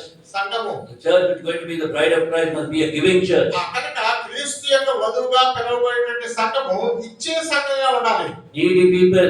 అక్కడలో ఉన్న వారికి Comes forward ముందుకొచ్చి on its own. ఆయన తనతో తాను Joyfully gives to them. అక్కడికి వచ్చి ఇస్తుంది. If you're a stingy person, మీరు కనుక పిసినారోడైతే think only about yourself. మీ గురించి ఆలోచించుకుంటే Remember, you can be left behind. మీరు అలా విడిచిపెట్టబడతారు. You must learn to be generous in the word of the Lord. దేవుని యొక్క వాక్యం విషయంలో మీరు ఉదార స్వభావం ఉండాలి. Financially also. ఆర్థికంగా కూడా Be giving. Don't expect. ఇచ్చేవారు ఉండండి, తీసుకునేవారు ఉండదు. Keep on giving. ఎక్కడికి ఇస్తూనే వెళ్ళండి. And you see the Lord is providing. ప్రభు నీకు ఇస్తూనే ఉంటాడు. But we don't give because the Lord is providing. Not a business transaction. ప్రభు నీకు ఇస్తున్నాడని చూస్తామని నువ్వు మాత్రం ఇవ్వడానికి చూడలేదు. So the needy కనుక అక్కడలో ఉన్న వారికి are given. She keeps on giving to the needy. ఆమె తన దీనిలోకి చేయి చాపుతుంది. She reaches out her hands to the needy. కనుక దరిద్రులకు తన చేతులు చాపుతుందని. That is, she reaches out to the person in the need. ఎవరైతే అక్కడ ఉన్నారో వారికి ఆమె ఇస్తుంది. Oh, let them come and ask me, then I give. వాళ్ళు ఇచ్చి అడిగితే అప్పుడు చూద్దాంలే. It's not like that. అలా కాదు. She finds out the needy people. ఎవరు దరిద్రులో And she తెలుసుకుంటుందని herself goes there. ఆమె తనతో తానే వెళ్తుంది. Voluntarily she. ఇష్టపూర్వకంగా ఇస్తుంది. So that is very important. కనుక ఇది చాలా ముఖ్యమైనది. To be the bride of Christ. క్రీస్తు యొక్క వధువుగా And ఉంటాం. then verse 23. 23వ వచనం. Her husband is known to the gates. కనుక ఆమె పేరు పెట్టి పెద్దలతో కూడా కూర్చుండును. And she is making her husband very famous. కనుక తన యొక్క భర్తను ఎంతో ప్రఖ్యాతి కాల్చిన వాడుగా మారుస్తుంది. Who is our husband? ఎవరు మన భర్త? Lord Jesus Christ. ప్రభువైన యేసుక్రీస్తు. Because of you, మిమ్మల్ని బట్టి He is able to he is becoming, he is exalted in the gates. కనుక ఆయన గబలి దగ్గర హెచ్చించబడుతున్నాడు ఆయన. You know what the gate speaks about? ఆ గబలి దేని గురించి It చూపిస్తుంది? speaks about the authority, the city. ఆ పట్టణంలో ఉన్న అధికారాన్ని గురించి చూపిస్తుంది. All the authorities of the city were in the gates. కనుక ఆ ఊర్లో ఉన్నటువంటి అధికారులందరూ ఆ పట్టణం గబలి దగ్గర కూర్చున్నారు. Because of the bride of Christ, ఆ క్రీస్తు యొక్క వధువును బట్టి the authority of Christ is increasing the church. కనుక సంఘములో క్రీస్తు యొక్క అధికారం అధికమవుతుంది. He is exalted, ఆయన హెచ్చించబడతాడు. and the authorities he is able to exercise. కనుక తన యొక్క అధికారాన్ని ఆయన చలాయించగలుగుతున్నాడు. Then verse 26. 26వ And వచనం. on the tongue is the law of kindness. కనుక జ్ఞానం కలిగి తన నోరు తెరుచును. Law of kindness. కృపగల ఉపదేశం బోధించు. Blessed are the merciful, కనికరం గల వారు ధన్యులు, they shall be వారి kind. కనికరం పొందుతారు. Always be kind. కనుక ఎప్పుడు దయ కలిగిన వారు The ఉన్నారు. true church of God, నిజమైన దేవుని సంఘము it will be a kind church. అది దయ కలిగిన సంఘం What కాదు. does it mean? దాని అర్థం ఏంటి? Though there are shortcomings in the other people's life, ఆ ఎదుటి వారి జీవితంలో ఎత్తు బలాన్ని is ready to forgive క్షమించడానికి సిద్ధంగా ఉంటుంది, and is ready to accept, అంగీకరించడానికి సిద్ధంగా ఉంటుంది, ready to change them. వారిని మార్చడానికి సిద్ధంగా ఉంటుంది. That is kindness. అది జాలి లేదా దయ. And then finally, అక్కడ చివరగా in verse 29, 29వ వచనం. you excel them all. వారందరినీ నియమించిన దానవు. It is going through perfection, pressing on to perfection. కనుక పరిపూర్ణం అవడానికి ముందుకు కొనసాగుతుంది. Excellency means, కనుక అన్నిటికంటే ఉత్తమమైనది అంటే it is written about Abel ఆ హేబెల్ గురించి that రాయబడింది. he offered an excellent sacrifice. కనుక ఉత్తమమైనటువంటి బలి అర్పించాడు. Whereas in comparison to Cain, కయీనుతో పోల్చుకుంటే his sacrifice was excellent in the sight of God. కానీ దేవుని దృష్టిలో హేబెల్ అర్పించిన అర్పణము ఎంతో ఉత్తమమైనది. So what must I do? కనుక మనం ఏం I చేయాలి? must press on to perfection. నేను పరిపూర్ణత వరకు వెళ్ళాలి. What is excellent in the sight of God? దేవుని దృష్టి ఏది సర్వోత్తమైంది, What is perfect in the sight of God? దేవుని దృష్టిలో మంచిదేంటి, That is very important. అది ముఖ్యమైనది. What is right in my own eyes is not ఆ important. దృష్టికి మంచిది, వేరేది కాదు కావాల్సింది. What is right in the sight of other people is not important. కనుక ఇతరుల దృష్టిలో ఏది మంచిదో అది కూడా ముఖ్యమైనది కాదు. What is excellent in the sight of God? దేవుని దృష్టిలో సర్వోత్తమైనది ఏంటి, I am pressing towards that. దాని వైపునే పరిగెత్తుతున్నాను. Paul is saying in Philippians chapter 3, Philippi పత్రిక 3వ అధ్యాయం పౌలు I చెప్తున్నాడు, press towards the high calling of God. ఆ దేవుని యొక్క ఉన్నతమైన పిలుపునకు నేను పరిగెత్తవాలని. I don't say I have apprehended, నేను ఇప్పటికే సంపాదించాలనుకోలేదు. forgetting the things that are past. నా వెనకనున్న మరిచి I press forward. నేను ముందుకు పరిగెత్తుచున్నాను. Many a time we live in the past. అనేక సార్లు మనం గతంలోనే నివసిస్తుంటాం. Once upon a time, ఒకప్పుడు Bakshi, బక్సింగ్ గారు immediately we go to the Bakshi's show. అక్కడికి వెంటనే బక్సింగ్ గారి దగ్గరికి వెళ్ళిపోవాలి. He was like that, I was like that, but are you like that? మీరు లేరు నేను లేరు, మనం అలా ఉన్నాం. మరి It is very important. అది చాలా ముఖ్యమైనది. So we are reveling, we are boasting upon the past condition of the church. గతంలో మన యొక్క సంఘాన్ని చూసుకుని మనం అతిశయపడుతున్నాం. But we must know what is our present condition. మన ప్రస్తుత పరిస్థితి ఏంటో తెలుసుకోవాలి. And we must press forward. మనం ముందుకు వెళ్ళాలి. Paul is saying, I forget the past. దీని కొరకునే గతాన్ని We మర్చిపోవాలి. had achieved so many things for Christ. క్రీస్తు కొరకు ఎన్నో పొందుతున్నాం, Established so many churches for ఎన్నో Christ. సంఘాలు క్రీస్తు కొరకు కడుతున్నాం, Brought thousands of people to Christ. వేల మందిని క్రీస్తు కొరకు నడిపించాం, Raised up so many co-workers. ఎన్నో మంది జత పని వాళ్ళు లేపినాం. But he began his day అది ఈ దినం as ప్రారంభించినప్పుడు if he has done nothing for Christ. నేను క్రీస్తు కొరకు ఏం చేయలేదు, Not done anything for నేను it. క్రీస్తు కొరకు ఈ రోజు ఏం చేయలేదు, I have to do something for it. ఏదో చేయాలి And he కదా. pressed forward. కనుక నేను ముందుకు వెళ్తున్నాను. When you begin to revel about the past things, అక్కడ పాత జ్ఞాపకాల మీద ఆధారపడి you'll జీవిస్తే be looking at the back ఎప్పుడు నువ్వు వెనక్కే చూస్తావు. and it will take you back. నేను అది వెనక్కే తీసుకెళ్తాను. You inside only pride in your heart. అది నీ జీవితంలో గర్వాన్ని But he began the day with the as if he had done nothing for Christ. కనుక దినాన్ని ఆరంభించినప్పుడు క్రీస్తు కొరకు ఏది చేయలేదని నువ్వు As if నమ్ముతున్నావు. he suffered nothing for Christ. కనుక క్రీస్తు కొరకు నేను ఏ శ్రమ పడలేదు, As if he made no sacrifice for Christ. దేవుని కొరకు నేను ఏ సమర్పణ చేయలేదు. Lord, what sacrifice I should make? ప్రభువా నేను ఏ సమర్పణ What have I చేస్తాను, to do for you నీ today? కొరకు ఈ దినం నేనేం చేయాలి, What have I to do hereafter? ఈ తర్వాత నేను ఏం I చేయాలి, have not done anything for you. నేను నీ కొరకు ఏం చేయలేదు. So that is how we must begin our day. ఈ రీతిగా మన దినాన్ని And ఆరంభించాలి. then we see here, తర్వాత ఇక్కడ చూస్తాం, so he was able to press forward to perfection. కనుక అలాంటి వాడు ఆ యొక్క పరిపూర్ణత కొరకు ముందుకు వెళ్ళాలి. He finished a very excellent ministry for God. కనుక దేవుని కొరకు ఎంతో సర్వోత్తమైన పరిచయం చేసి ముందుకెళ్ళారు. And then verse 30 we see, 30వ వచనం చూస్తాం, the woman that fears the Lord shall be praised. కనుక యెహోవా యందు భయభక్తులు గల స్త్రీ కొనియాడబడును. Fear the Lord. దేవుని యందు భయభక్తులు. And Christ is going to come for the bride. క్రీస్తు భార్య కొరకు వచ్చినప్పుడు He will search only one thing, ఒకే ఒక విషయం చెప్తాడు, as you fear. ఆమె భయభక్తులు Does కలిగిందా? she fear God? దేవుని భయభక్తులు కలిగిందా కాదా? That is our ministry. అది మన పరిచయం. We must, inculcate in the people of God the fear of God. కనుక దేవుని యొక్క ప్రజల్లో దేవుని యందు భయభక్తులు కలిగేటువంటి అలవాటు నేర్పించాలా. Fear of God. దేవుని యొక్క భయభక్తులు That is what the Bhakti అక్షంగా చేసింది అది. comes inside people.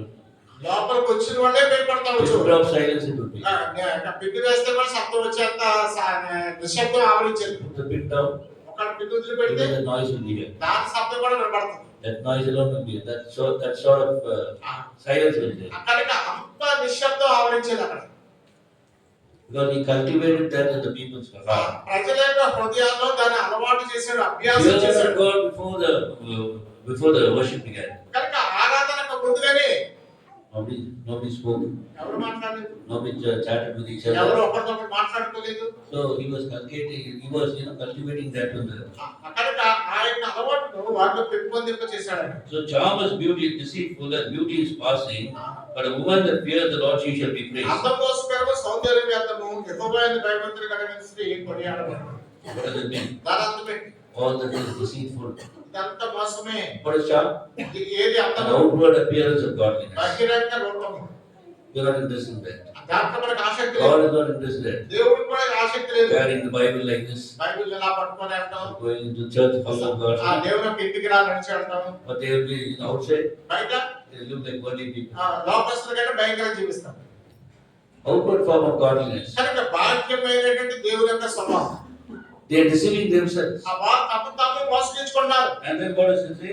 తర్వాత ఏం చెప్తున్నాడు? The beauty is passing. కనుక సౌందర్యం వ్యర్థం, That is fleeting away. అది విడిపోతుంది. That which is fleeing away. ఏదైతే విడిపోతుందో పారిపోతుందో, That see, we are here to do a ministry which will not pass away. మనం చేసే పరిచర్య విడిపోయేది ఉండకూడదు. It should be permanent. అది శాశ్వతమైనదిగా ఉండాలి. Permanent in the sight of God. దేవుని దృష్టిలో శాశ్వతమైనది కావాలి. You be tested. అది పరీక్షించబడుతుంది. Whether it's going to be gold, silver, or precious stone. అదే బంగారమా, వెంట, వెలగల మాయ, Good day in this town. లేకపోతే కర్రా గడ్డి కొయ్యి కాదు. Many are building with good day and something. చాలా మంది కర్రా గడ్డి కొయ్యి కాదంటే కడతారు. Fire will come and test. కనుక అగ్ని చేత పరీక్షించబడినప్పుడు All good day and something get burned up, కర్రా గడ్డి కొయ్యి కాదు చేయడానికి కాల్చేయబడతాయి. pass away. అన్ని పోతాయి. But the gold, silver, అంటే బంగారము, వెండి, and precious stones, వెలగల రాళ్ళు, though they gone through intense fire, అవి తీవ్రమైన అగ్ని గుండా వెళ్ళినప్పటికీ will come out as pure gold, అవి ఎంత స్వచ్ఛమైన సువర్ణంగా బయటకు వస్తుంది. pure silver, చక్కని వెండిగా, and more precious. అంత అమూల్యమైనదిగా. That is our intention. అది మన యొక్క ఉద్దేశం. So we are concentrating upon that. కనుక దాని మీద మన దృష్టి పెడుతున్నాం. So beauty we see. కనుక అందరూ చూసారు, God is seeing beauty. దేవుడు ఆధార చూడలేదు. Whether it is going to pass away or it is going to stay. దేవుడు చూసేది ఎలా ఏంటంటే దీంట్లో నిలిచి ఉంటుందా లేదా వెళ్ళిపోతుందా. These days, women how they get beauty, ఈ రోజుల్లో స్త్రీలు వాళ్ళకి అందం పెంచుకోవాలి. eyelashes, కనుక కళ్ళు కట్టడం, painting the face, కనుక ఇదంతా కూడా తీసుకుంటారు. lipstick. ఆ లిప్స్టిక్ పెట్టుకుంటారు. Suddenly that person looks very beautiful. అకస్మాత్తుగా ఎవరైనా చూస్తే అప్పుడు చాలా అందంగా ఉంది అంటారు. But when they go and wash it, ఎన్ని పడి కడుక్కోవడం ఉంటే once again gone. అంతా పోతుంది ఇదంతా. God is not interested in all that. దీంట్లో దేవునికి ఆసక్తి లేదు. Permanent, శాశ్వతమైనది కావాలి. permanent beauty శాశ్వతమైన సౌందర్యం that will not pass away. అది ఎప్పటికీ పోదు, వాడిపోదు. So when the church is going to concentrate on things that will be permanent, కనుక సంఘం అనేది ఏదైతే శాశ్వతంగా ఉంటాయో వాటి మీద వారు దృష్టి కేంద్రీకరించాలి. it is proving that it's going to be the bride of Christ. కనుక అప్పుడు క్రీస్తు యొక్క వధువుగా నిరూపించబడుతుంది. That's why in our church we don't care about prosperity gospel. అందువలనే మన సంఘంలో అభివృద్ధి సువార్త గురించి పట్టించుకోనే పట్టించుకో. Even I don't like when people come and stand here and give testimony. Oh, God has blessed me, He gave me good job, and He gave me promotion, and He gave me good health. I don't believe in all that. కనుక కొంతమంది Of వచ్చి course, it is good testimony. It can encourage some people, but that is also prosperity gospel in some way. కనుక ఎవరైనా వచ్చి సాక్ష్యం చెప్పినప్పుడు నేను ఎలా ఉండేవాడిని, అలా ఉండేవాడిని, దేవుడు నన్ను ఆశీర్వదించాడు, ఇలా తీసుకొచ్చాడు, ఈ స్థాయికి తీసుకొచ్చాడు, ఉద్యోగం ఇచ్చాడు, ప్రమోషన్ ఇచ్చాడు, ఇల్లు ఇచ్చాడు, అది ఇచ్చాడు చెప్తే దాని మీద నాకు ఏమంతా ఇంట్రెస్ట్. నిజమే, దేవుడు వాళ్ళకి సహాయం చేశాడు, వాళ్ళని అభివృద్ధిలో తీసుకొచ్చాడు, కానీ దాన్ని నేను ఎలా నమ్ముతానంటే అభివృద్ధి సువార్తతోటే నమ్ముతారు. He gave me a good house. He helped me to build a house. ఆ మంచి ఇల్లు కట్టుకోవడానికి సహాయం చేశాడు. My children were set abroad. నా పిల్లలు విదేశాలకు వెళ్ళిపోయారు. In some way, there is also prosperity gospel. ఈ ఒక విధంగా చెప్పాలంటే ఇదంతా They are అభివృద్ధి సువార్త. preaching that. వారు ఏమైతే బోధిస్తున్నారంటే We are allowing people to give the testimony. ఆ ప్రజల్ని సాక్ష్యం ఇచ్చేదానికి ప్రేరేపిస్తున్నాడు. But he will be zero in spiritual life. అక్కడికి ఎంత చేసిన ఎత్తులో అతని ఆత్మీయ జీవితం చూస్తే శూన్యమే. The person comes and gives testimony. ఇలాంటి వ్యక్తి వచ్చి సాక్ష్యం చెప్తే I was a very, very proud person. నేను చాలా గర్విస్తుంది. God has taught me. దేవుడు నన్ను వెలగొట్టాడు. Slowly taught me the importance of humility, నిదానంగా దేనత్వం యొక్క ప్రాముఖ్యత నేర్పించాడు. weakness, సాత్వికము, to be more like Christ. ఆ క్రీస్తు వలె ఎక్కువగా ఉండడం. That's the real lesson. అదే నిజమైన సాక్ష్యం. That's the real lesson. అదే నిజమైన సాక్ష్యం. So we must understand where we are going error, where we are making error. అక్కడికి ఎక్కడ మనం పొరపాడుతున్నామో గ్రహించాలి మనం. So the bride of Christ, క్రీస్తు యొక్క వధువు, we saw the qualities there. అక్కడ లక్షణాలు చూసాం. So it has to leave many things in order to cleave to these things. కనుక వీటిని హత్తుకోవాలంటే అనేకమైన వాటిని విడిచిపెట్టాలని కూడా చూసాం. And then alone it must serve. ఆ తర్వాత సేవ చేయాలి. May God bless His word. ప్రభు యొక్క వాక్యాన్ని మనం నేర్చుకుంటూ జీవించగలగాలి.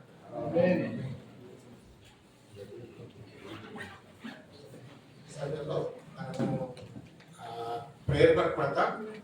సిస్టర్స్ పైకి వెళ్ళండి. పైకి వెళ్ళి అక్కడ గుంపుల కింద ప్రార్థన చేయండి.